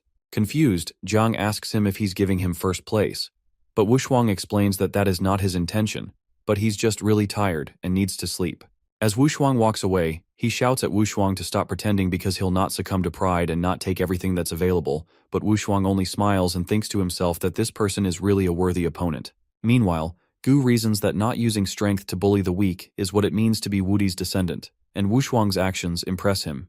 Next to him, Guang tries to resuscitate Cheng Yuan, who has been poisoned again after trying to teleport into the vine shield, but Gu soon instructs Guang to send the 10th beast to Jiang to let him win the championship. Sometime later, Hongyao arrives at the number 0 ruins, and she believes that no one below 6th transfer could even enter this nightmarish place. She is Nian Hongyao, the first disciple of the Heavenly Blade King and the senior to Ji Gang. As she walks past the dead spirits, she pledges to do this for the sake of her junior brother, Jiang. She begins to fight through the spirits until she finds a stone tablet that draws her attention. She wonders what kind of existence could leave an aura behind that's still strong after hundreds of years. When she gets closer, she sees writing on it that shows it's the ruins information database, so she activates her divine sense and begins to see information about ancient rare insects. She activates her full divine sense and does a quick scan until she finds the information about the 9-winged miasma, which the sheet says is an ancient cataclysmic creature, born in the extremely yin lands of the 9 hells, and once caused the great calamity of the 4th century and is now extinct. Apparently, its entire body is black-purple with 9 wings on its back. It carries a terrifying poison capable of transforming into a purple miasma. Its poison can corrode everything in the world, even mental spirits in space. When she reads that, she really confirms that her junior brother is really carrying a forbidden existence, and she needs to tell the master right away. Meanwhile, in the Tianzhou camp, Jiang easily devours the monster as usual, and his devouring value increases quite a bit. Once he gets the reward for being first in the examination, he plans to use it to perform his second transfer soon. 10 Qingyun flags are enough to get him first place, and he gives the ladies 1 each to help them get into the top 10. Meanwhile, Feng and Ying finally take down another monster, and they figure that Wu Shuang will definitely be first. Suddenly, moments before the exam ends, an announcement is made to order those who have promotion flags to gather at the square, while the rest are to leave the Tianjiao camp within 3 minutes or be killed. When Jiang hears that, he realizes that all the 10 ferocious beasts have been killed, so he sends his swarm to quickly find the remains of the beasts and eat as much as they can and avoid people as much as possible. Meanwhile, Beihan is seen on a stretcher, and he plots how he's going to get his grandfather to deal with Jiang when he returns to the Xiao family. At the square, Gu asks those who were promoted to come with him to the Forbidden Zone trial. People begin to murmur that these weren't mentioned before because the 8 forbidden zones of Huaxia are each lands of rare treasures but are extremely dangerous. While they're chattering, Gu considers the fact that Jiang is really carrying the forbidden 9-winged miasma, according to Hong Yao's investigations. He immediately unleashes his heavenly blade, and he plans to prepare and take advantage of the timing before people come in the dawn. As the people watch in shock, he strikes the ground with his blade, moves the entire ground under them into the air, and directs the blade to the Jiangnan Yunmeng Marsh Forbidden Zone.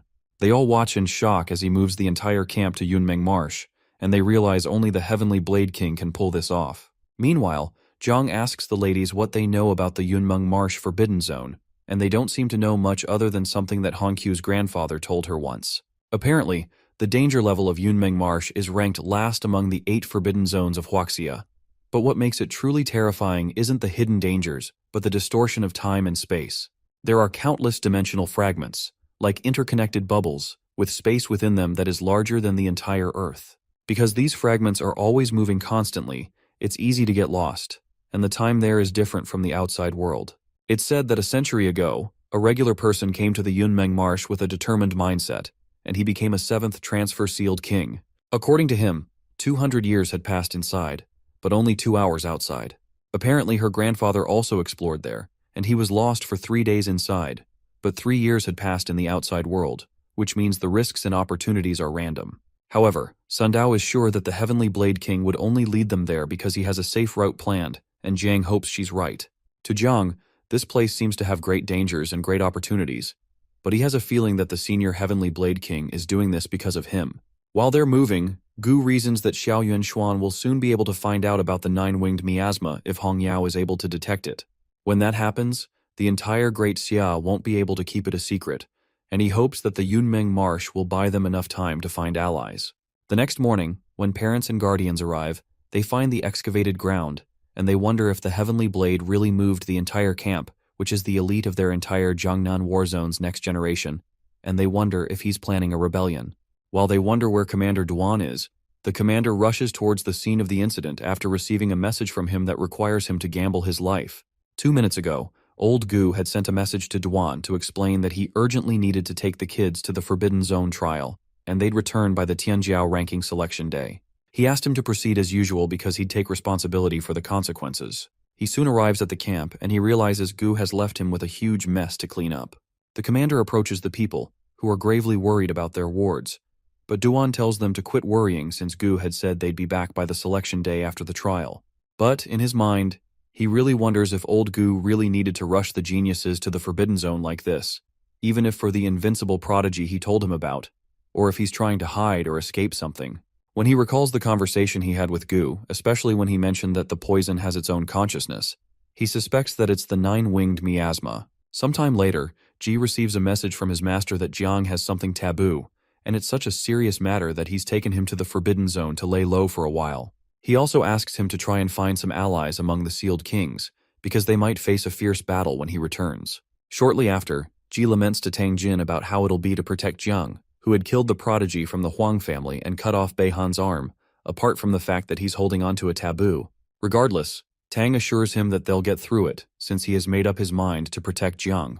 She encourages him to focus on the future and mentions that she's spoken with her father, who is willing to stand with them. She reminds him that they have the Heavenly Blade King, senior sister Hong Yao, her father, and Commander Duan. With 4 sealed king powerhouses, they can handle any storms that come their way, so Ji is encouraged to meet the sealed King Mu family and the merchant Luo family to get more allies for Jiang. He prepares himself for anything and plans to use the same energy he used when he stormed into the Xiao family and go all out. Excited, Tang notes that she hasn't seen him so excited in years. Meanwhile, Senior Gu asks Hong Yao what she thinks they should do after they return. She comments that their junior brother's 9 miasma wings are so cool, and she wishes she could raise one herself, but Gu calls her silly and asks her to get serious. Surprised, she reminds him that Great Xia has zero tolerance for taboos, and there's nothing she can do if he can't fix this. When she asks him if he can chop down Grand General Yuan Xuan with one strike, he lightly smacks her and tells her to watch her tone. From his perspective, he's ended up taking weirdos for disciples despite his great reputation. Hong Yao is always loud, rowdy, and never cares about anything, while Ji is stubborn and headstrong. Eventually, Hong Yao asks her master why he's so bent on protecting Jiang, and he recalls that he had randomly chosen her as a disciple because she wore red armor that he thought looked cheerful, and he chose Ji, who had mistaken him for an old customer outside a club. Back in the day, when the Xiao family heir went to forcefully marry Tang Jin, Ji Gang went to stop it, and Master Gu was ready to lay down his life to protect him. He wonders if he needs a reason for everything and states that he just does it because he cares. And it's the same for Jiang because he knew they'd get along the moment he met the boy. Jokingly, Hong Yao calls him the best teacher in the world because he acts so tough but is so protective, but he tells her to stop flattering him.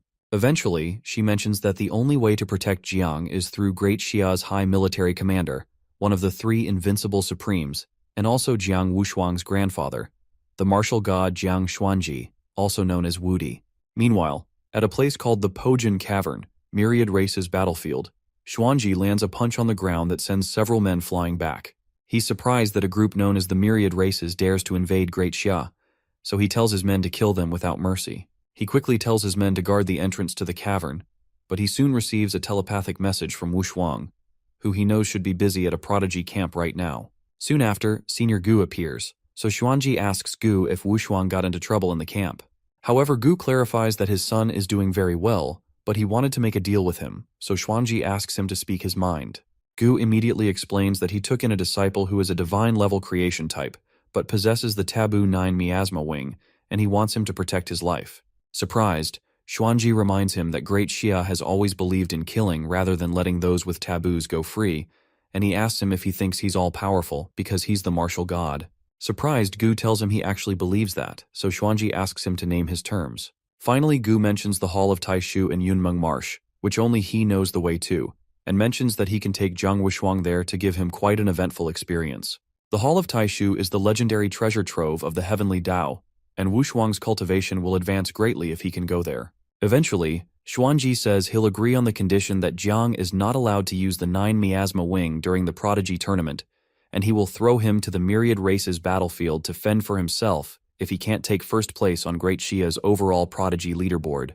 When Xuanji mentions that there's no other choice if Gu really wants to save his life, Senior Gu agrees since sending him to the battlefield is still better than letting General Xiao and the rest kill him when they arrive. After Gu leaves, Xuanji reasons that it's impossible for the 9 miasma wing to reach a natural calamity scale in this era. Besides, Great Xia has produced other divine-level talents before Jiang that are not creation types. He's certain that he can't pass Wu Shuang in the test, or even take first place without using his taboo, but even if he ends up stirring trouble, he can wipe out any evil spirit in the world in seconds since he's a martial god. Meanwhile, when the entire camp enters into a strange-looking place, Jiang asks the ladies if they've officially entered the Yunmeng Marsh. Hankyu is unsure because it's hard to know the way, but Senior Gu relies on Aura to lead the way. Apparently, the deeper they go into all the 10 layers of the marsh, the easier it is to get lost, and Hankyu mentions that her grandfather got lost in the 7th layer years ago. Since the path can't be remembered using eyes and the brain, Jiang suggests that they sit down to meditate so their spiritual sense can guide them, so they join him. While they meditate, Jiang notices the Tree of Origins drifting towards something even when there's no wind in his mind. He wonders if it's leading the way, or if there's something ahead that the tree is craving. Surprisingly, the tree suddenly bears fruit, and his system tells him that he's obtained the red function fruit, with the ability to copy one of the target's abilities and fuse it into himself. The copied ability has no class restrictions, and he has to complete the copy within 3 hours, or the card will expire. Shocked by the prospect of copying an ability with no class restrictions, he recalls that everyone in the camp is a top-tier prodigy, and he can pick anyone he wants.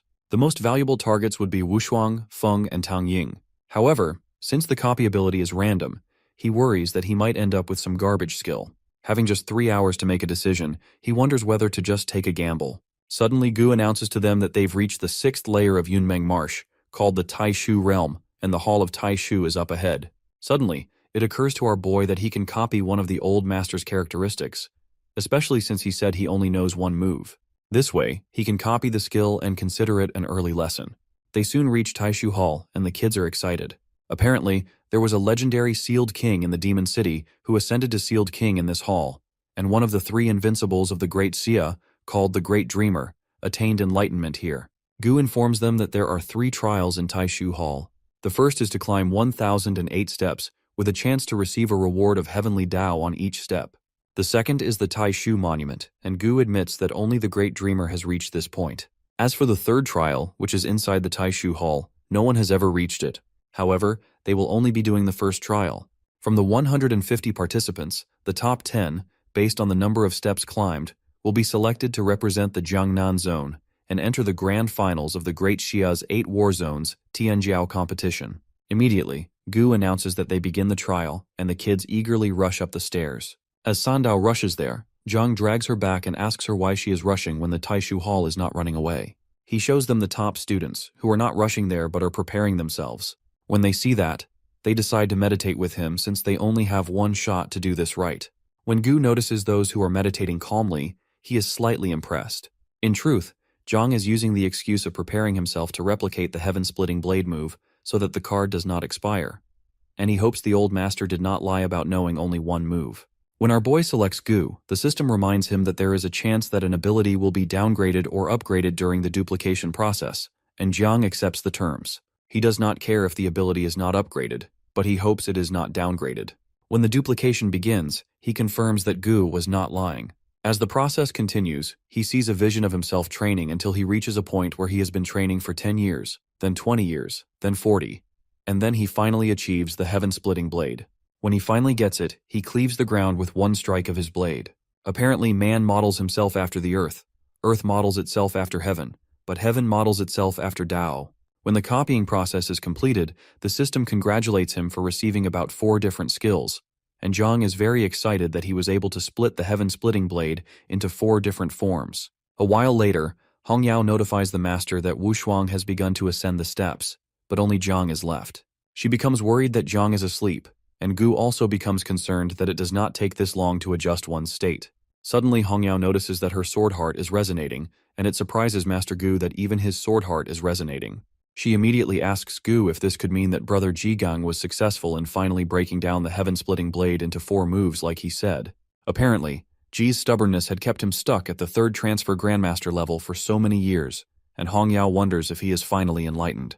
However, the master suspects that it might be from the brat, Jiang, because the aura that he experienced just now is familiar, but he soon convinces himself that it must be an illusion by the Taishu Hall. Suddenly, Jiang heads towards the steps, and Hongyao becomes nervous to know how many steps he can ascend. Years ago, she could only go up to the 301st step, while Ji only made it to the 298th step. At this point, Wu Shuang is on his 289th step, Feng is on 250 steps, Ying is on her 248th step, Zai is on his 211th step, Han Qiu is on 199 steps, and Sandao is on 170 steps. As Zhang makes his way up, some students lament about not having the chance to properly prepare for the Taishu Hall. The first 100 steps are illusion steps. Then it gets hard with gravity as each step feels like carrying several mountains. While they argue, Zhang walks past them to begin the illusion test, which he believes should not be a problem due to his good mental spirit. When he gets there, he is shocked to see Xiaoyan Xuan, who threatens to kill him for touching his grandson. As Yuan Xuan slashes with his sword to destroy him, Zhang quickly blocks with his poison mist, but he gets knocked backward and realizes his insects could not block it. Eventually, the folks from the Night Watch show up to help him block it and ask him to move forward, but Yuan Xuan slices them all with one move, which causes Zhang to scream in horror. In reality, Hongyao is shocked to see Zhang stuck on the first step, with tears streaming down his eyes.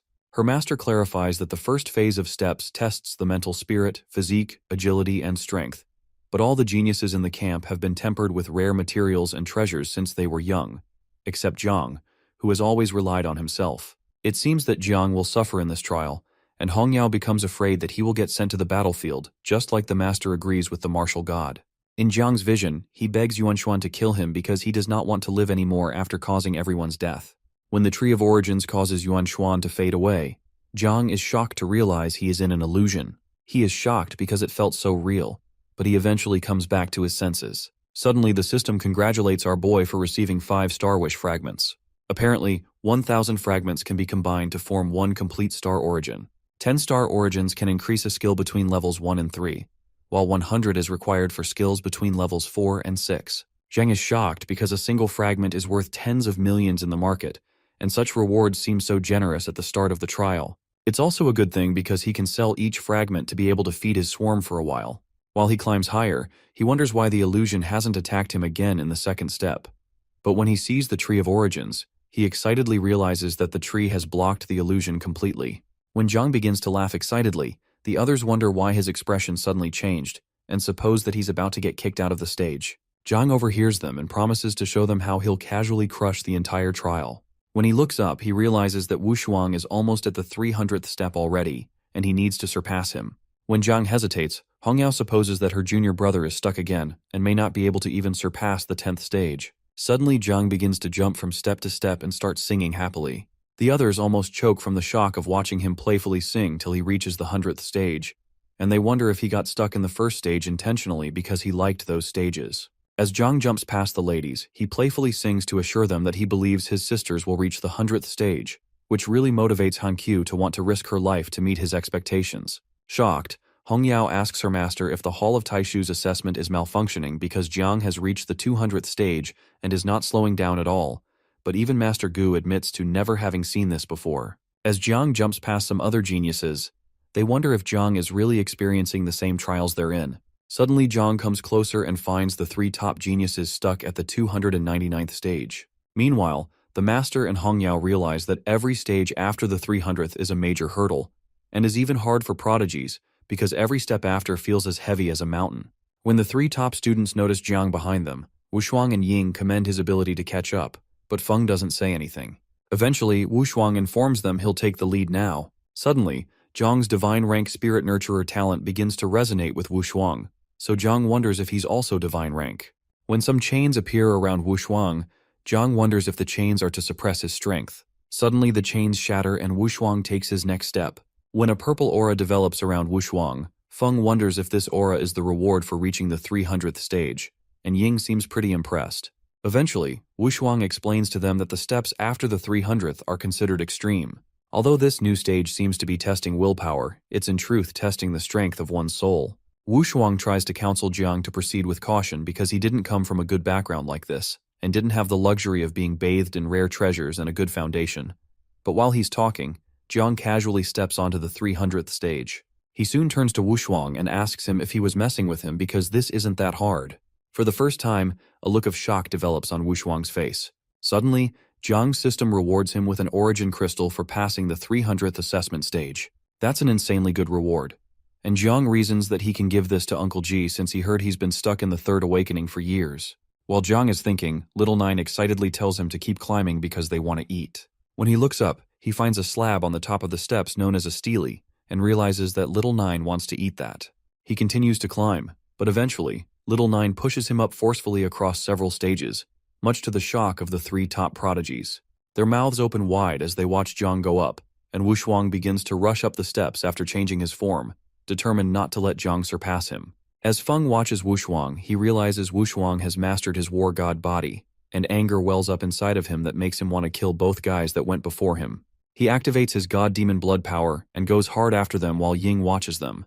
Those behind the 3 prodigies wonder if the others have gone crazy and hope Ying isn't also some kind of freak. Ying assures them she's fine and just an assassin, but an odd air soon develops around her, and she turns into a snake, blasting across the stages and leaving the 2 guys confused. Shocked, the 2 guys comfort themselves about how hard the world is. Meanwhile, Hong Yao is completely shocked by everything that's going on, but the master heartily laughs that it's expected of the disciple he picked. Jiang is just 1 stage away from the top and about to become the 2nd person in history to do so. Seconds later, he successfully reaches the top and dispatches his swarm to take whatever they want. The swarm surrounds the Taishu stele, and Hong Yao wonders what he's trying to do. She recalls that the Taishu stele is quite mysterious, and the invincible dreamer has used it for enlightenment. Right before her eyes, the Taishu stele disappears, and she wonders where it went. The master is equally shocked that he absorbed the stele for himself and wonders how he did that. Wu Shuang soon reaches the top and realizes he's lost but plans to go all out when they compete in the Great Xia Prodigy ranking. When Wu Shuang turns back, the others decide to retreat, since going any further can kill them and hurt their essence. Meanwhile, the ladies watch Jiang in awe, and Han Qiu is glad that they've also been able to complete their mission. Jiang reached 1,008 steps. Wu Shuang reached 623 steps. Feng reached 609 steps. Ying reached 600. Lei and Liu reached 304, while the two ladies reached 300. The master realizes that these kids probably wouldn't have made it this far if not for Jiang, and Hong Yao agrees that the new generation is much stronger than they were. Soon after, Hong Yao notices that Jiang isn't coming down from the top and is standing there in a daze. Meanwhile, Jiang is notified that Little Nine has been upgraded to level 25, and their devouring value has skyrocketed, which means they'll be able to breed a third generation soon. However, when he notices that Little Nine brought back the stele to the nest and is clinging to it, he wonders if the 9 miasma wing and the stele are connected in some way. Suddenly, his insect system informs him that the Taishu stele was originally an abyssal anchor stone, located at the bottom of the abyss, a companion artifact, and one of the abyss's core essences. It suddenly makes sense that Little Nine is clinging to it since she's the ruler of the abyss. While Jiang is thinking about it, his system informs him he's become the Taishu realm master. No matter where he is, with a single thought, he can teleport back to the Taishu realm at any time, and no one except the master can open the gates of the Taishu hall. It seems the stele is the key to the hall, and Jiang is absolutely stunned. But he decides not to enter the hall now since many eyes are watching and decides to check it out later. While Jiang jumps down, Master Gu and Hong Yao apprehend him to speak privately. Some other students who notice that believe it serves Jiang right for acting so cocky. When they're alone, Master Gu mentions that one of the Great Xia's 3 invincible figures, the Dreamer, could only observe the Taishu stele for enlightenment, so he asks him how he used the 9 miasma wing to absorb the Taishu stele. Shocked that the master already knows about the 9 miasma wing, Jiang wonders if the master summoned him here to kill him. When they notice his silence, the master jokingly asks him if he really thought he could fool everyone by portraying the 9 miasma wing as poison, and Hong Yao laughs at the look on his face. Eventually, Jiang realizes they don't want to kill him, so he explains that the 9 miasma and the Taishu stele both come from the abyss, and the Taishu stele originally belonged to the 9 miasma wing. Immediately, the master informs him he only has 2 options because of the stance of Great Xia on taboo. Either he stays in the Yunmeng swamp forever and lives as an exile, or he comes back to fight for his survival, even though those of the general level or invincible level will want him dead. Suddenly, Jiang confirms his suspicions that the master brought him here to give him a way out. While he wonders why the master is treating him this way, Hong Yao tells him to answer the questions, so Jiang replies that he's only killed bad people with his power, and he's done nothing wrong. He explains that he won't run since he has a clear conscience, and the master laughs heartily that this is expected of the disciple he's chosen. When Master Gu mentions Ji, Jiang wonders what Ji has to do with this, so Hong Yao informs him that she's his senior sister and Ji is his second senior brother. Apparently, Ji nearly got killed by General Xiao when he stormed the Xiao family to steal Aunt Tang, and Master Gu had told him to hold his ground, but he didn't want to drag the master into this, so he was eventually exiled to Chujiang City. However, Master Gu assures Jiang that it doesn't matter who comes at them, because they can face them as master and disciple as long as his will is firm. When Master Gu assures him that he will carve a path for him with his blade, Jiang quickly bows to his new master. Meanwhile, Jiangnan's titled kings gather for a meeting, and Duan announces to them that Jiang Chen's poisonous mist is indeed the 9 miasma wing, according to their investigations. According to Great Xia's law, anyone who awakens a taboo class or uses such an object will be killed without mercy, so Duan asks them what they think. Soon after, Mu Hanqiu's grandfather, Mu Henian, responds that he doesn't believe the 9 miasma can cause as much destruction in this present day as it did in the olden days, and he suggests it's enough to put the kid under supervision. At worst, he suggests they destroy the 9 miasma wing but spare the kid. After that, Tang Jin's father, Tang Wanchuan, expresses that he agrees with Henian because Great Xia was quite weak when this law was given, and they can approach taboo matters with more flexibility. When he's done speaking, some of the other kings begin to accuse the 2 men of siding with Jiang because their daughters are involved with him. While they're arguing, Xiao Yunshuan steps in and states the kid must be killed on sight, and anyone who dares speak for Jiang would answer to his sword. When Duan sees the general, he realizes he may not be able to help old Gu anymore, and he hopes that Gu doesn't drag himself down. Sometime later, at the Tianjiao camp, Duan informs the Night Watch that General Xiao has deployed the Heavenly Punishment Squad, who are all hidden in the mountains nearby. Ji immediately plans to draw blades along with Tang Jin to settle old scores with the Xiao family if a fight breaks out, and he hands over the Night Watch to Duan, who pleads that he hands it over to someone else since he had also helped him cause trouble in the issue of the wedding. The other members of the Night Watch also refuse to miss out on the fun, but they soon notice Jiang and the others coming from a distance. Yuan Xuan and his squad also notice them and quickly tell them to prepare to fight. When Hong Yao notices the squad preparing to fight them, she recalls how she didn't get to fight enough back when Hong Yao stormed the wedding, but the master warns her to at least try to put on a show of diplomacy before they start fighting. However, Hong Yao jokingly reminds the master she's simply following in his footsteps, and she notices that Jiang has spaced out again. Actually, he's breeding his third generation and was able to make 5 million new insects and upgrade Little Nine to level 27.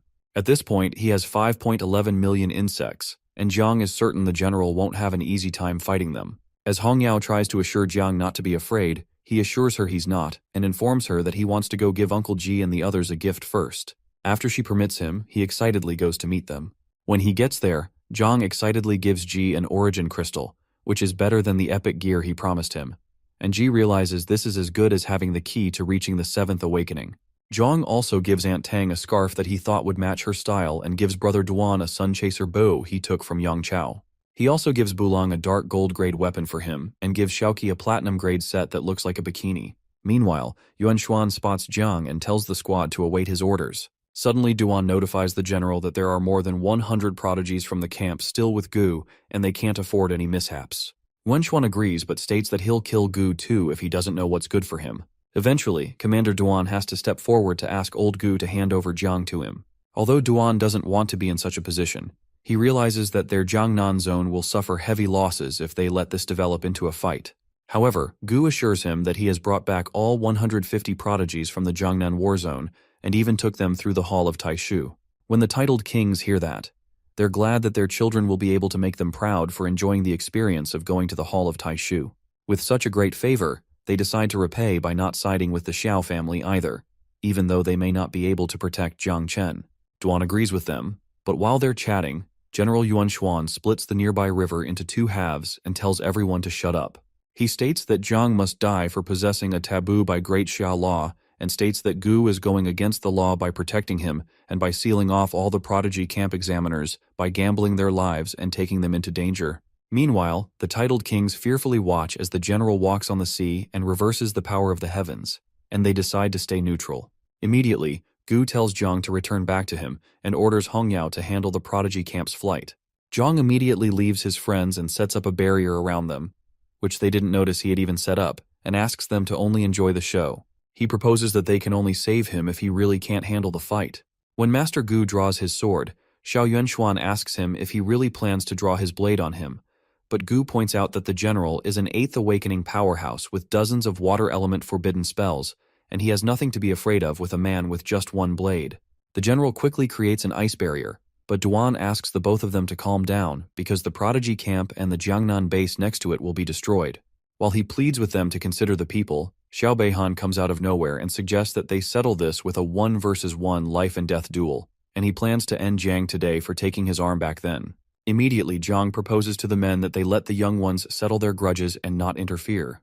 However, Jiang senses that there's a catch in Beihan's proposal, and Beihan gladly states that the condition is that he's not allowed to use the 9 miasma wing. Excited, Yuanshuan agrees with him and says no one should object, but Gu calls it nonsense, stating that they can't do what they want just because they stand on moral high ground. He angrily calls Yuanshuan a bastard and states that he's wanted to cut him down for a long time, so he proposes that they face each other and leave the kids if he has the guts. Surprised, Jiang is the one that has to hold back the master this time to retain sanity. He assures Master Gu that he has a way of dealing with Beihan without using taboo, and Master Gu wonders what he's talking about. Zhang reminds the master that he had said he'd teach him the heaven-splitting blade, so he proposes he teach him now, but Gu thinks he's out of his mind.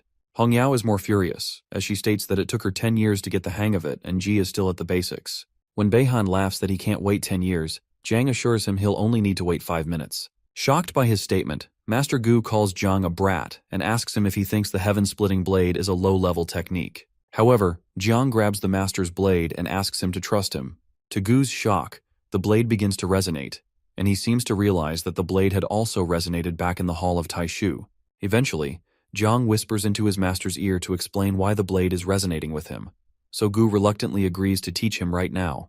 Immediately, Commander Duan proceeds to construct a battle arena, since it's a life-and-death duel to prevent others from interfering.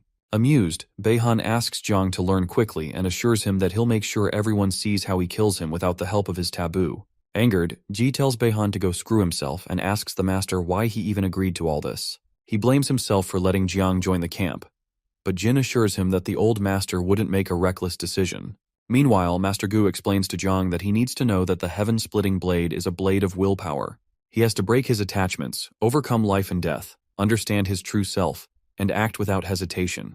After asking him to watch closely, he gives a demonstration of a strike, and Yuan Xuan, who is unsure if this strike is aimed at him, activates all his defenses. Duan also worries why Gu is breaking the rules and interfering in the 1 versus 1, but when the strike goes past General Yuan Xuan, they realize it's not aimed at him. The strike tears through a barrier of space and hits a nearby dragon, slicing off its tail. As the barrier closes, the popularly known black dragon that was hiding nearby threatens to come back to kill Gu. It seemed that everyone's attention was on the duel and only Gu noticed, but Gu supposes that the dragon must have been after the 9 miasma wing. Shocked by the demonstration, Yuan Xuan realizes Gu has some skills. Meanwhile, Gu asks Jiang if the first time seeing his master use his blade was cool, and our boy excitedly agrees. When Gu asks him if he was able to learn the skill, Jiang uses the Tree of Origins to reach for Ji's sword. When he retrieves the blade, Master Gu asks him why he doesn't just use his own blade, but Jiang assures him he'll understand in a moment. Jiang doesn't give a demonstration and quickly goes to meet Beihan, but he assures his master that his own demonstration of the sword will also be cool. Shocked, Hong Yao is certain the master is sending Jiang off to his death, so she proceeds to get her junior brother out of there, especially since martial god Xuanji didn't show up to help them like he said. However, she's unable to enter the battlefield, so the master tells her that only the 2 fighters can enter the life and death arena due to the barrier. He also informs her that Xuanji, the martial god, has arrived and is in the void, but is not revealing himself yet. When she hears that, she freezes out of fear because she had just spoken ill of him. On the battlefield, Beihan enjoys a hearty laugh and asks Jiang if his entire group is crazy, especially because Jiang must think the heaven-splitting blade is a garbage skill that can be mastered by looking once. However, Jiang assures him he'll find out soon. Annoyed by our boy's pretentious crap, the young master gets ready and hopes to see how he intends to fight him without the 9 miasma wing. Meanwhile, Feng asks Wu Shuang who he thinks will win, and he responds that Jiang can win if he uses his 9 miasma wing but will certainly die if he doesn't, especially because Beihan has rebuilt his martial heart after setbacks and is even stronger than before. More so, the sword in Beihan's hand, called the Moon Soul, is ranked 20th on Great Sia's divine weapon list. On the battlefield, Beihan allows Jiang to have the first move, to watch his broken blade fall under the Moon Soul's power. However, Jiang tells him to stop with the nonsense and raises his sword, signaling to Master Gu to watch his disciple's blade and to correct him if he's wrong. He immediately uses the heaven-splitting blade strike, employing the Blade of Humanity form, and a blinding purple light fills the whole place. The light is so piercing that the other students have to cover their eyes because it hurts, and Hong Yao immediately comes to warn those with weaker souls to cover their eyes. She and the master are equally shocked that the little brat was able to learn it after all, even though this particular strike only targets the soul and consciousness. Meanwhile, Beihan, who seems completely unfazed, makes fun of Jiang because his skills are lacking. He clarifies that there's no point in attacking just the soul because the Xiao family is renowned for having the strongest souls. Immediately, the young master proceeds to use his sword in a move known as the Star and Moon Slash. However, Jiang isn't surprised, and he signals to Uncle Ji that the first move he did was called the Blade of Humanity. He quickly prepares to counter Beihan's attack with a second attack that doesn't target the soul, but the physical form. The attack is known as the Blade of Earth, and it easily shatters the energy from Beihan's Star and Moon Slash, knocking him backward as he dazingly wonders how Jiang is able to do that. The strike knocks Beihan backwards by a few feet, but he manages to stabilize himself. Meanwhile, Commander Duan becomes tense when he notices the life and death arena is about to explode, and he wonders how a second awakening cultivator can do that. While he reinforces it with ice, Beihan realizes he must block the onslaught of the Blade of Earth. Otherwise, he'd die. In the tumult, he uses a forbidden spell called the Ultimate Arcane Art that pulls the sword out of the hands of the other prodigies standing nearby, and he directs them all at Jiang. Tense, Commander Duan realizes these 2 brats have gone insane, so he orders someone to get a few ice cultivators here so the arena doesn't collapse. In a frenzy, Beihan laughs at Jiang because he's lost and reminds him that he's nothing without the taboo, even though he's divine rank. As he hopes that his forbidden spell will tear our boy to pieces, Jiang asks him how he knows he doesn't have a backup plan. As the swords are about to hit Jiang, he uses the third form, known as the Heaven's Blade Slash of Karma, and lets out such a destructive energy that tears Beihan limb from limb while he screams that this should not be possible. In a moment, Beihan is eradicated, and his grandfather watches in absolute shock. Meanwhile, Ji watches all of Jiang's display, and he realizes the boy is achieving the dream he left unfinished years ago. Hong Yao, on the other hand, can't wrap her head around how her junior brother learned it in 5 minutes. The master is intrigued that Jiang is able to learn it even though his energy wasn't enough, and that he upgraded it the way Ji wanted to but couldn't. Meanwhile, the 3 top prodigies watch in absolute shock, and they realize this may be the strongest person they encountered among their peers. Sandao and Hankyu also cry tears of joy that Jiang won. While this is happening, the invincible sword god, Ji Lingqiu, mentions that Gu's disciple is quite interesting, so he suggests they don't kill him yet, so he can help sharpen the other prodigies. Xuanji agrees that he wasn't planning on killing him at this time anyway, but Lingqiu reminds him that Yuanshuan won't let this slide easily, even if they want to let him go. When Yuanshuan senses Xuanji's pressuring aura, he asks him to retract his pressure and to not interfere because he must seek justice for his grandson, who just died a horrible death. However, Xuanji reminds him he's old enough to know that those who gamble must accept the consequences. Eventually, Yuanshuan calms down, but Jiang rushes towards him to demonstrate his 4th slash and impress Master Gu. Gu immediately tries to stop him from drawing his sword at the general, and Xuanji eventually admits that the child is foolish, and they have no chance of saving him. Yuanshuan is surprised that a mere second awakening that's as insignificant as an ant dares to draw his blade at him. But Jiang uses the method called the Blade of the Great Way that upholds justice and eradicates evil. The 3 top prodigies watch in abject shock since the strike is way too powerful and is comparable to a full-force blow from a 5 awakening Mountain Sea realm expert. But they figure it's a pity that he's throwing it away in a death wish.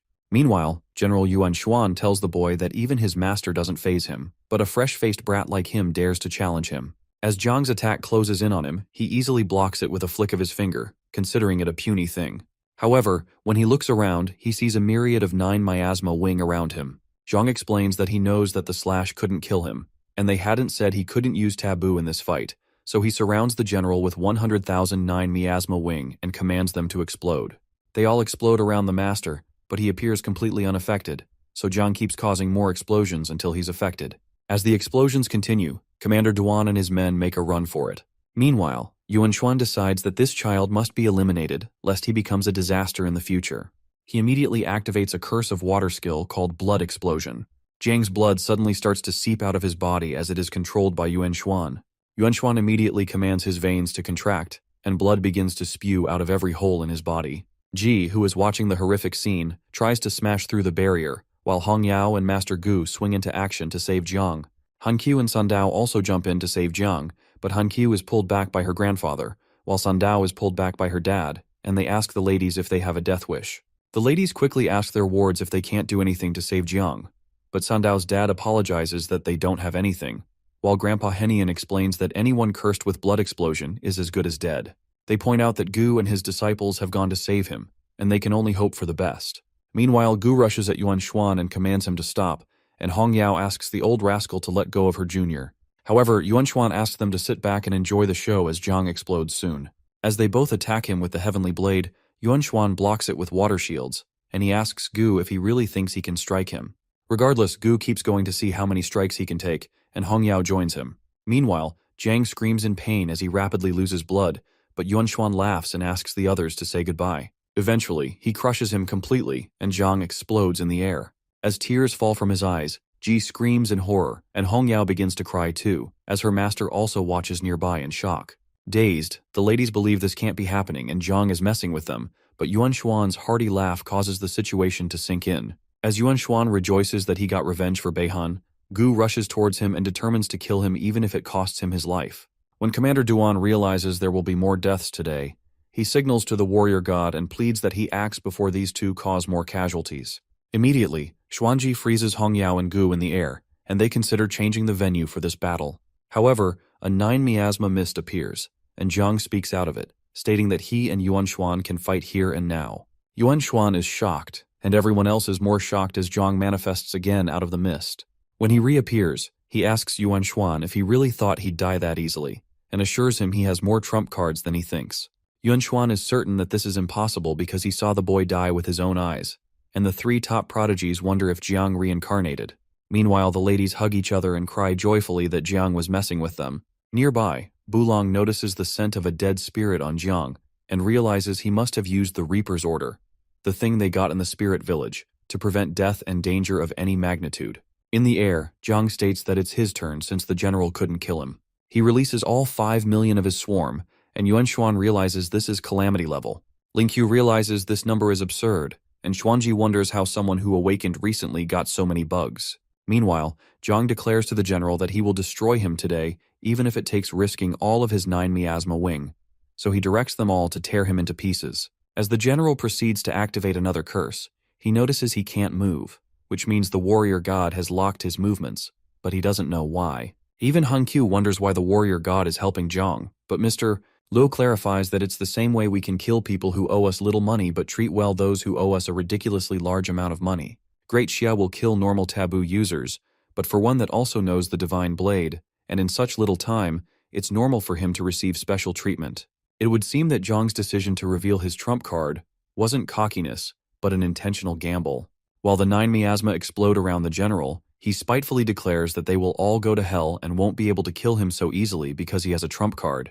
As the explosion continues, Yuan Xuan decides that he can break through Xuanji's hold if he gives it his all. He uses a hidden curse called Divine Might and breaks through to Jiang, whom he tries to immediately kill. Our boy is shocked that he was able to break through the warrior god's seal and his explosions. But before Yuan Xuan can reach Jiang, Yuan Xuan is pierced in the back with an arrow from Lingqiu, who tells him it's already over. Lingqiu warns that he'll chop his head off if he dares move an inch, and Jiang uses the opportunity to trigger his explosions again.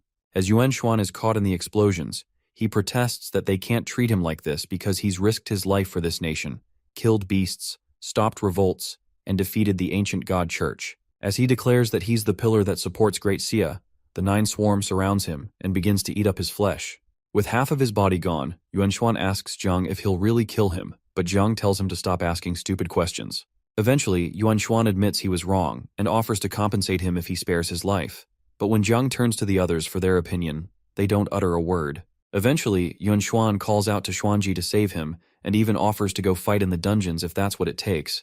But Xuanji asks him if he pleads guilty to his crimes of corrupting forces and oppressing people as a major general. Yuan Xuan eagerly pleads guilty, and Xuanji states that he'll take away his property considering how he's indeed benefited the country and will cast him with a curse, then send him to the dungeons to fight as a vanguard until he dies. When asked if he accepts, Yuan Xuan accepts that over death, so Xuanji casts the curse on him. Jiang watches as Xuanji casts the curse that will make Yuan Xuan explode if he ever tries to escape, and he's shocked at the power of the 3 great gods of Great Xia. Soon after, Xuanji approaches Jiang and asks him if this judgment calms the rage within him. Quickly, Jiang agrees with the god's choice and states that he wasn't that mad. Xuanji commends his talent and humility, which gladdens Jiang's heart. Suddenly, Commander Duan notifies the warrior god that the poison Duan released will spread and cause pollution to the abyss, so Xuanji just snaps his hands and the entire atmosphere is purified in a moment. While that happens, Jiang watches the display of strength in shock. When that's done, Xuanji shows them all that they know he can control everything, so he gives them regulations to spread abroad. The martial god states that all who benefit the country are friends, but everyone, such as Yuan Xuan, who goes against the country, is a foe. When Xuanji considers Jiang's case, Mu Henian speaks humbly to the god that Jiang won't do anything to harm Great Xia, and he vouches for him personally with all he owns. Additionally, Tang Wangchuan, the leader of the Tang family, also vouches for Jiang. So does the Jiangnan army, the Jiangnan martial arts faction, as well as Mr. Luo. Meanwhile, Hongyao wonders if Jiang attacked General Yuan Xuan, knowing all of this would happen. The master agrees and states that Jiang showing the full strength and good usage of his power is the best way to quell the fear everyone has of the 9 miasma wing.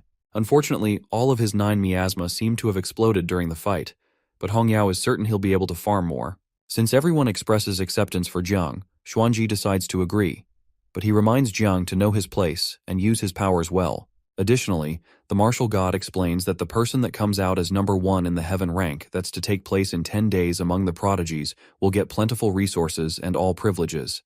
That intrigues Jiang, but he recalls he can't use his 9 miasma wing during the heaven ranking tournament. He wonders if the martial god had said that to test how potent he is without the 9 miasma wing, but Jiang assures himself that he'll get a new parent bug whenever he completes a quest. Eventually, martial god Xuanji decides to clean up, so he summons Great Dreamer to come work. A portal opens and Great Dreamer, Zhuang Zilu, the commander of Great Xia and one of the 3 overpowered warriors of Great Xia, enters. It turns out to be a very young lady in pajamas who's looking quite tired. She laments that there are too many people and so many ranked 6-star awakened, which means the job is a bit too much. So Xuanji simply asks her to handle the memory regarding the 9 miasma wing for everyone below the rank of king, and promises her she can sleep for a year after this. The mention of sleeping for a year sounds great to her, so she snaps her fingers and employs a skill called dreaming of a butterfly. Suddenly the prodigies begin to yawn and they all fall asleep. Meanwhile, Hongyao asks her master why the martial god decided to wipe their memories. So he explains that it's to protect Jiang and delay a potential catastrophe, as Great Xia isn't very stable. That makes sense. But Hongyao wonders why the Great Dreamer is also sealing Jiang's memory. So Zilu explains that she's not sealing his memories, but enhancing his soul to prevent long-range assassination by curses, because his soul foundation is weak. Suddenly, Zilu notices that Jiang is immune to her ability, and he's only pretending to be asleep. Meanwhile, Jiang sensed the energy wave that made people want to sleep, but didn't feel the effect because it was deflected by the Tree of Origins. Regardless, he decided to play along to help the Great Dreamer save face. While he's laying down, he hears little Nine weeping because her babies died in droves, so he begins to blame himself, but she soon becomes excited that she can make more babies since she's reached level 30. Eventually, Zilu asks Jiang to stop pretending because she knows he's awake.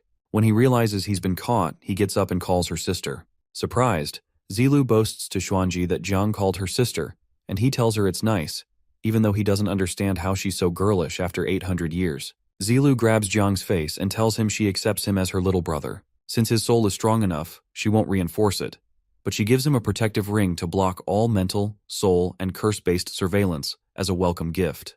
As she goes back to her home to sleep, she reminds him to visit her in his dreams. She soon goes out of sight, and Jiang wonders if he really just became her little brother, just because he called her sister. Meanwhile, Hongyao considers rushing up to her to do the same, hoping it'd work. Before he leaves, Xuanji reminds Jiang of the Heaven's Chosen tournament in 10 days, and informs him that he'll prove himself worthy of national resources if he can come out first without using the 9 miasma wing. When Xuanji leaves, Ying's uncle suggests that Jiang marry Ying, who is the niece of his aunt Tang. However, Mr. Luo states that he's already on that queue and is willing to offer 20% shares as a dowry, but Mu Henian tells them to step back because Han Qiu is already carrying Jiang's child. Later that night, after Jiang manages to get everyone to leave, he decides to focus on Little Nine's reproduction and his second awakening. He activates his Divine Evolution Accelerated Reproduction, which lasts 1 hour, and Little Nine produces 5,009 miasma wings. After that, Jiang begins his second awakening. Once the system detects that Jiang meets the requirements for a transformation, it assigns a quest in the Magic City Sky Tower for him to clear the Sky Tower, defeat the boss on the 50th floor, and seize its sword with a limit of 1 day.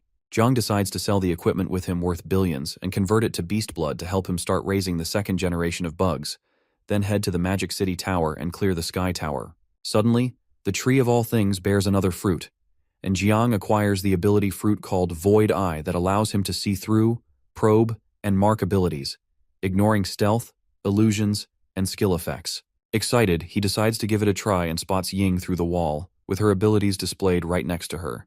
The panel also explains that she's shy and anxious about her grandfather's arranged marriage and is unsure about how to approach her target. When he zooms closer to her phone, he sees that she's typing a letter to him, so he quickly decides to turn off the lights and pretend he's not there.